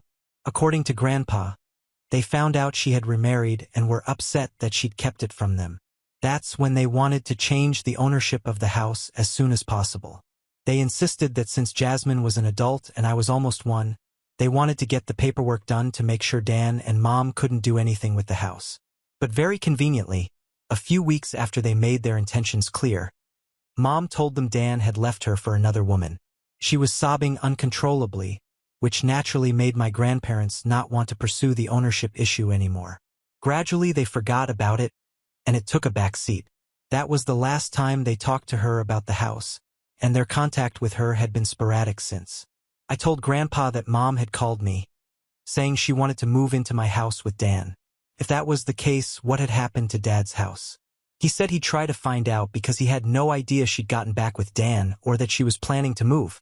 I have a bad feeling about this, and I'm sure it's going to erupt into more drama soon. Edit. To everyone who's commented, surprised that I didn't know such important details about my mother's life. This is what happens when you go low contact. I chose to cut her out of my life and I have no regrets. The minute I turned 18, I bolted from the house and her life, and I've been very formal with her since. That's why I didn't know that Dan had left her or that he'd come back. As for why Jasmine and I didn't know about the house, well, we were kids. We assumed our mother would protect us, and so did our grandparents. That's why the topic of property or home ownership never came up. Grandpa and Grandma never thought to discuss it with us because at the time we were minors, and they were dealing with our mother who was supposed to take care of us, not cheat us. As of now, Jasmine and I don't know what happened to Dad's house, but we're going to ask Mom and possibly stage an intervention if it comes to that. I'll keep you guys updated. Update 1. Things are bad. 2 weeks after my first post, Jasmine, her boyfriend, my grandparents, and I decided to meet with Mom and try to see what was going on. We didn't tell her we were coming, so she was surprised when we showed up. The best part? When we went to our house, Dad's house, our childhood home, the door was opened by a young couple. We initially thought they were relatives of Dan's or maybe Mom's friends, but they said they were the owners of the property. I wanted to laugh because I didn't believe them, but what they said was true. Mom had sold the house without informing either Jasmine or me or getting my grandparents' consent. And interestingly enough, the sale had happened over 6 months ago. Our house had been sold by her 6 months ago on the sly, and now there's nothing we can do. Unfortunately, since the paperwork and transfer of ownership were never completed by my grandparents, she was the legal owner of the house, and it was within her rights to sell it. This has come as a huge shock to everyone, and we all feel betrayed and disgusted. We tried to find out where she was living. It was in some shady neighborhood downtown in a one-bedroom flat surrounded by junkies. This was Dan's place, and I wasn't surprised. He looks like a junkie himself, so it made sense. When Mom saw all of us standing together, she turned as white as a ghost. She literally tried to close the door on us, but we weren't having it. Thankfully, we had Jasmine's boyfriend with us. He's a strapping man, 6 feet 4 inches, and pretty intimidating. We forced our way inside, and there was Dan lounging on the sofa with a cigarette in his hand and a dazed look on his face. Mom nervously greeted us, but we went straight for the jugular. I told her I knew Dad's house was supposed to go to us, and she had sold it without informing Jasmine, me, or our grandparents. She burst out crying, saying that if she hadn't done it, Dan wouldn't have come back. Basically, she launched into this long sob story about how Dan had left her twice for 2 different women. When Mom had that conversation with Grandpa about the house and told him Dan had left, he had actually left. She had to beg and plead for him to come back. He finally returned when he got kicked out of his new girlfriend's house. Then, a year later, Mom caught him cheating with a girl barely out of her teens. I just looked at her like she was insane. I asked why she hadn't left him when he was so problematic and wasn't helping her out in any way. She had no response to that, and I didn't have the patience to feel sorry for her. My grandmother was furious. She screamed at Mom, telling her she wasn't interested in hearing excuses for why she'd been such a colossal failure. All she cared about was the house that was supposed to go to Jasmine and me. Mom said she'd sold the house because Dan wanted to buy a boat. Now, this man knows nothing about boats. All I know is that he worked as a Coast Guard for a couple of months at a beach a few miles away, and that's when he decided he wanted a boat. He threatened to leave Mom again if she didn't help him buy one. So my mother, the biggest genius on the planet, sold her house and used part of the money to buy this idiot a boat. The rest of the money, instead of saving, she gave to him. He spent all of it, every single dime. When they had nothing left, he had to sell the boat and buy this condo they were living in, and guess what? They hated it. That's why Mom wanted to ask if I could let her and Dan stay with me. After she finished her story, she admitted in defeat that she was sure I wouldn't let her live with me anymore. Before I could say anything, Jasmine tore into her, and boy was she brutal. She listed all the ways Mom had failed us as a mother and failed Dad as a wife. She had robbed us of the one thing that would have kept us connected to our father just to support her deadbeat husband who didn't care about her. She told Mom she was dead to her and should never expect to hear from her again. I couldn't say much because I was still in shock, but I agreed with Jasmine. There was nothing I wanted to do with my mother. Mom started sobbing, saying she didn't deserve to be treated like this. We told her she did. She had stolen from us, from our grandparents, and most importantly, she had robbed us of a connection with our childhood and our father. We weren't going to forgive her, ever. We left. Since then, she's tried calling us and our grandparents, but none of us are speaking to her. There's nothing we can do about the house. That money and property are gone for good. I'm considering saving up and buying it if it ever gets listed again because I don't want to lose that part of my childhood. But I know it's a far-fetched dream and not very practical. My grandparents are furious and heartbroken, but there's nothing they can do either. Grandpa keeps cursing himself for trusting her, and we keep telling him he couldn't have known she would do this. It's just a sad state of affairs, and we all feel helpless. Update 2. Dan left Mom again. I know it sounds cruel, but I love every bit of it. Apparently, she's been trying to get in touch with us using new numbers and whatnot, but neither Jasmine nor I have responded. She tried to involve Auntie Janice. I got a call from her last week asking me to talk to Mom. I told her not to get involved and spilled everything to her. She was horrified because she didn't know the house was supposed to go to us. She apologized for trying to take Mom's side and has since blocked her. Whatever little updates I got from Mom were through Auntie Janice, and she told me Dan had left her. Mom is now homeless with nowhere to go. Auntie Janice and her husband were initially willing to take her in, but after they learned what Mom did to us, they put their foot down and said no. Yesterday, I got an email from Mom. She basically said she was down and out, homeless, and had nowhere to go. She asked me to let her stay with me while she looked for a job. I know it's a lie.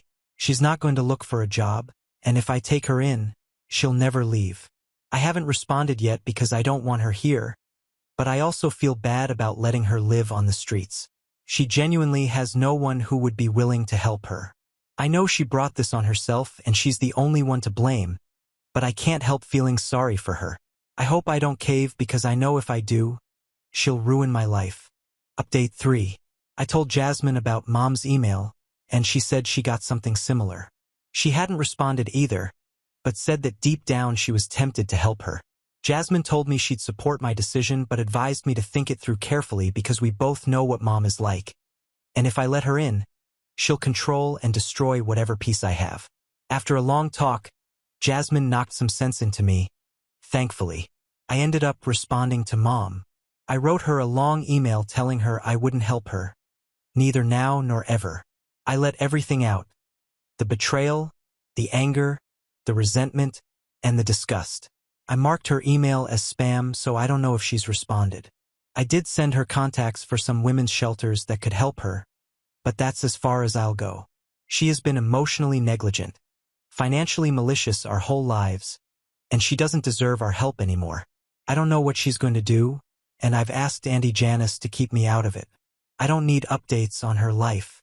She's not my mother anymore, and she was the worst part of my childhood. I'm ready to leave her behind. Now on to the next story. Story 10. I thought my son was jealous of my new stepson because I took him out to sporting events, but it turns out my son just wanted to be friends with his stepbrother but was too shy to ask. I, 38M, have a son and a stepson who are both similarly aged. My son Mark, 15M, and stepson Luke, 14M. Mark was definitely a mama's boy, and unfortunately, his mom/my wife died when he was 8. It's been a huge struggle raising him, especially since he has completely different interests to me, which is completely fine, but makes things difficult. Someone who has been a great figure in his life is my sister/his Aunt May, as she is really into the same interests as Mark, and they have a great time whenever she babysits. A few years ago, I met my girlfriend Laura, 37F, who was a single mom since Luke's dad was never in the picture. Me and Luke actually really hit it off since Laura introduced me to him. He never really had any male role models since Laura only had sisters and her dad died when she was a teenager. He's also into a lot of the same stuff I'm into, which is where the conflict started to arise. I've tried a couple of times to take Mark to football matches, but he just doesn't have any interest in it, so May looked after Mark when I go to football games a couple of times a year. However, Luke was incredibly excited to go to games with me, as he's never been before but is a big fan. Recently, May spoke to me in private and said that Mark was incredibly jealous of Luke spending time with me alone and asked that I not go to a Formula 1 event with him next weekend. I asked Mark if he wanted to go but had no interest in it. They both are really good friends, but Mark felt like I loved Luke more than him, which admittedly broke my heart. Even though he doesn't go to football with me, I still make sure to take him to things that he'd enjoy, such as West End shows and concerts of his favorite singers. I said to May that although I understand and try to speak to Mark, it would be incredibly unfair to Luke to stop taking him out and to not take him out next week when he's been excited for it for so long.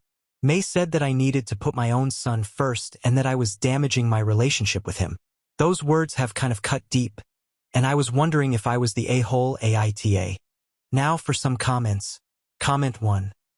I can't believe all the people who are giving you a pass. You are over the moon to have a stepson who shares your interests and have consigned your son to an also-ran. There is also an air of toxic masculinity running through your whole post with the emphasis on sports and race car driving. It would be incredibly unfair to Luke to stop taking him out. No one suggests you have to stop doing things with Luke. It's not a binary situation. What you need to do is give your own son the kind of attention he needs rather than indulging your own desire for a mini-me. Why does Mark have to do all the work here? It's not enough for you to leave it all up to Mark to come up with things to do.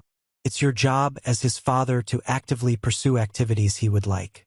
Denigrating his interests is not the way to fix this. You don't have to do things you don't like.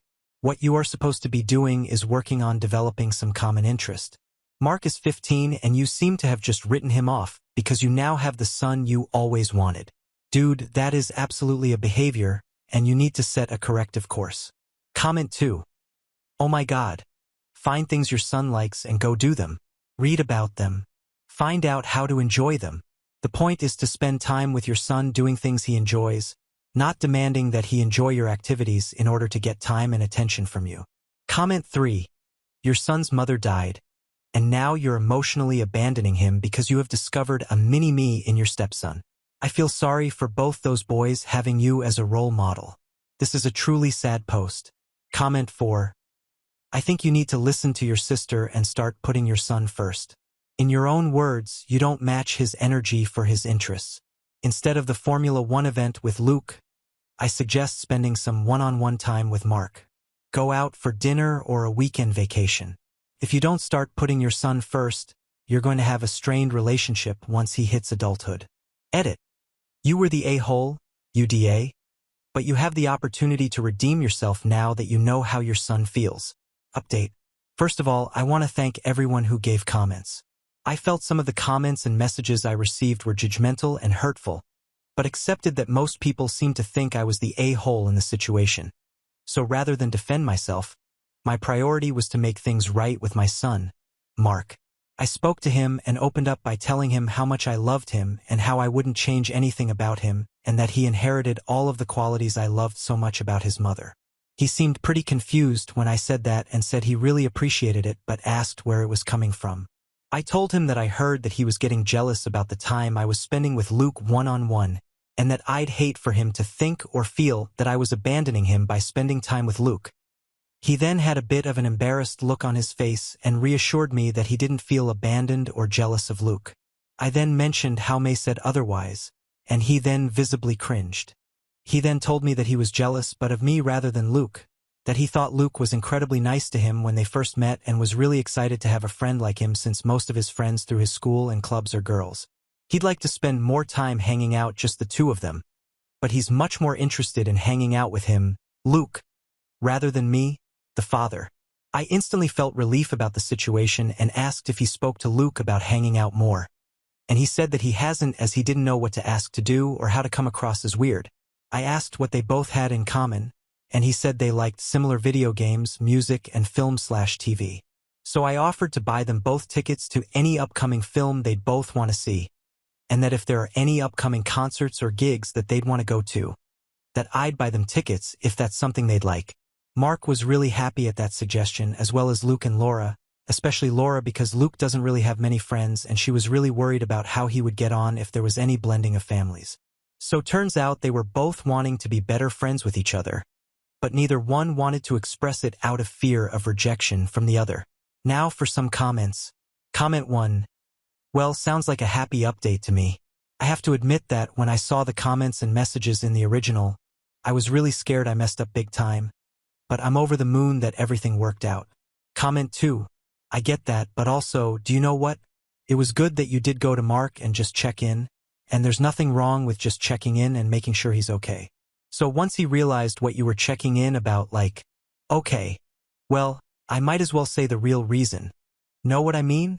Okay, well, let me check with my son more often. You know what I mean? There's nothing wrong with that. Now on to the next story. Story 11. Discovered my pregnant wife's year-long affair with her yoga trainer. I got revenge by exposing her nudes, destroying her reputation, and winning full custody. My ex-wife, Taylor, and I were married for only 2 years before our divorce. My wife and I met at a mutual friend's party. We were both there with our different groups of friends, and we started a conversation and things took off from there. A week after we met at the party, we had our first date, and on our second date, I asked her to be my girlfriend, and she said yes. We dated for a year and 9 months and married afterward. Most people would say our falling in love and marriage was fast, but I don't think that has anything to do with my wife cheating. Before Taylor and I married, I knew she was one of those women who loved to be in shape at all times. She loved yoga and was part of a yoga morning/evening class. I had no issue with Taylor staying fit or attending her yoga classes. I knew it was something she loved, and I even encouraged her to keep going to her classes even on the days she didn't feel like it. Taylor and I barely had any issues in the 2 years we were married. We respected each other and were careful with our words no matter how angry we were. Regarding finances, Taylor and I worked very hard and did our best to take care of the house, support our parents from time to time, and take care of other things. Taylor was already 3 months pregnant, so we had a year-plus-old son before we divorced, and his birth brought us so much joy. I always wanted to be a father, and finally having a son calling me Daddy was a source of strength. I grew up without a dad, and I promised my son that I would do everything possible to give him a comfortable life, and that's why I did 2 jobs a day to keep things going for me. On her end, Taylor was a good mother to her son, and she took great care of him, undoubtedly. We were a happy big family with many beautiful memories. But shortly after Taylor and I clocked 2 years of marriage, I found something that scattered everything we built. One day I was at home, resting on a weekend. Saturdays were usually my day off, and I picked Saturdays to relax, help around at home, and most importantly, spend time with our son. That Saturday, Taylor had taken our son to grocery shopping, and I was all alone at home. There was nothing to do, so I became bored and decided to go through our family pictures on the tablet. The tablet was a shared gadget between my wife and me, and we usually left it at home. So, to ease my boredom, I started looking at the pictures from when our son was in his mother's stomach down to when he was born till his current state. I was there savoring the moment when I noticed that my wife's cloud was connected to the tablet. By this time, I was done looking at all our family pictures, and I thought it was a good idea to go through her photos, hoping that I'll stumble on some of our old dating photos. Immediately I accessed my wife's gallery. The first few pictures I saw were pictures of her half-naked without a bra and other revealing and sensual pictures. Immediately I saw them. I was confused because my wife had not sent me those pictures, and seeing her nudes on her phone made me feel that something was wrong. Even while we dated, she wasn't the kind of woman that was comfortable with sending me her nudes, and I never asked for them, so I was surprised that she had those kinds of pictures on her phone. I know I trusted Taylor so much, but despite trusting her, the thoughts that she was actually sending those pictures to someone else kept coming to my head. I tried to fight it off, but the harder I tried, the more difficult it was to resist. After trying to keep the thoughts away, I decided to do some digging, and I could access some of her messages through her cloud. Once I could do that, I found a couple of messages between her and her yoga trainer, and it insinuated that something was going on between them. So that evening, when Taylor came home, I acted like everything was fine and we all had dinner together. That night after she slept, I went through her actual phone, and I was shocked to my bone marrow to see sensual WhatsApp messages between Taylor and her yoga trainer. From what I found out, Taylor and her yoga trainer started dating 1 year after we married, and I didn't smell a rat the whole time. Everything was still going on normally with her, and she still cared for me and our son like she did from the beginning, and that's why I didn't suspect anything. That night, I badly wanted to wake her to explain, but I had to control my emotions. I took screenshots of their chats and erased every trace that I had touched her phone. 3 days after I had gathered everything, I sent them to her yoga facility, and her yoga trainer ended up getting suspended. Taylor also had to stop going there because she could not stand the shame and all the terrible things her colleague would say about her. To add salt to injury, I specifically sent her nudes and other sensual photos to a lady in her book club whom I knew Taylor never liked. The lady was a blabbermouth, which was the main reason she and Taylor did not get along. I was sure the lady would do a great job in broadcasting and telling everyone in their book club about Taylor's infidelity. And that's what happened. She lost all her valuable friends, ruined her reputation, and stopped attending book club meetings. Meanwhile, while all of this happened, Taylor did not know I was the one behind it. She kept coming up with excuses why she wouldn't go to her yoga classes and her book club meetings. I knew she was lying, and I kept playing along with her. Eventually, when I couldn't keep up with the pretense, I confronted her and told her someone told me about her affair with her yoga trainer. When I said so, She started begging me immediately, and she claimed there was a mix-up somewhere and told me she would never cheat on me. That was funny coming from someone who dated her yoga trainer for 1 year under my nose. When she assured me she could never cheat on me, I told her I didn't want our marriage anymore because I knew the truth, and she started to cry. Before the confrontation, I had conducted a paternity test. My son and I were a match. She even started to abuse me that I was taking the words and gossip of strangers over her words. But I couldn't stand her pretense, so I kicked her out. Kicking Taylor out of my house and life was difficult, but I had to do it anyway. After a few weeks, we divorced, and with the help of a good lawyer, I got custody of our son. It's been 2 years since Taylor and I went our separate ways, and each time I remember, it hurts me that she had no regard for our marriage or me, and she stooped so low to have an affair with her yoga trainer. I feel sorry for any other man that will end up with her because she's such a good actress. We have reached the end. If you enjoyed this video, please be sure to like and subscribe to the channel for more videos like this, and give us your thoughts about the stories in the comments section. Thank you and see you in the next video.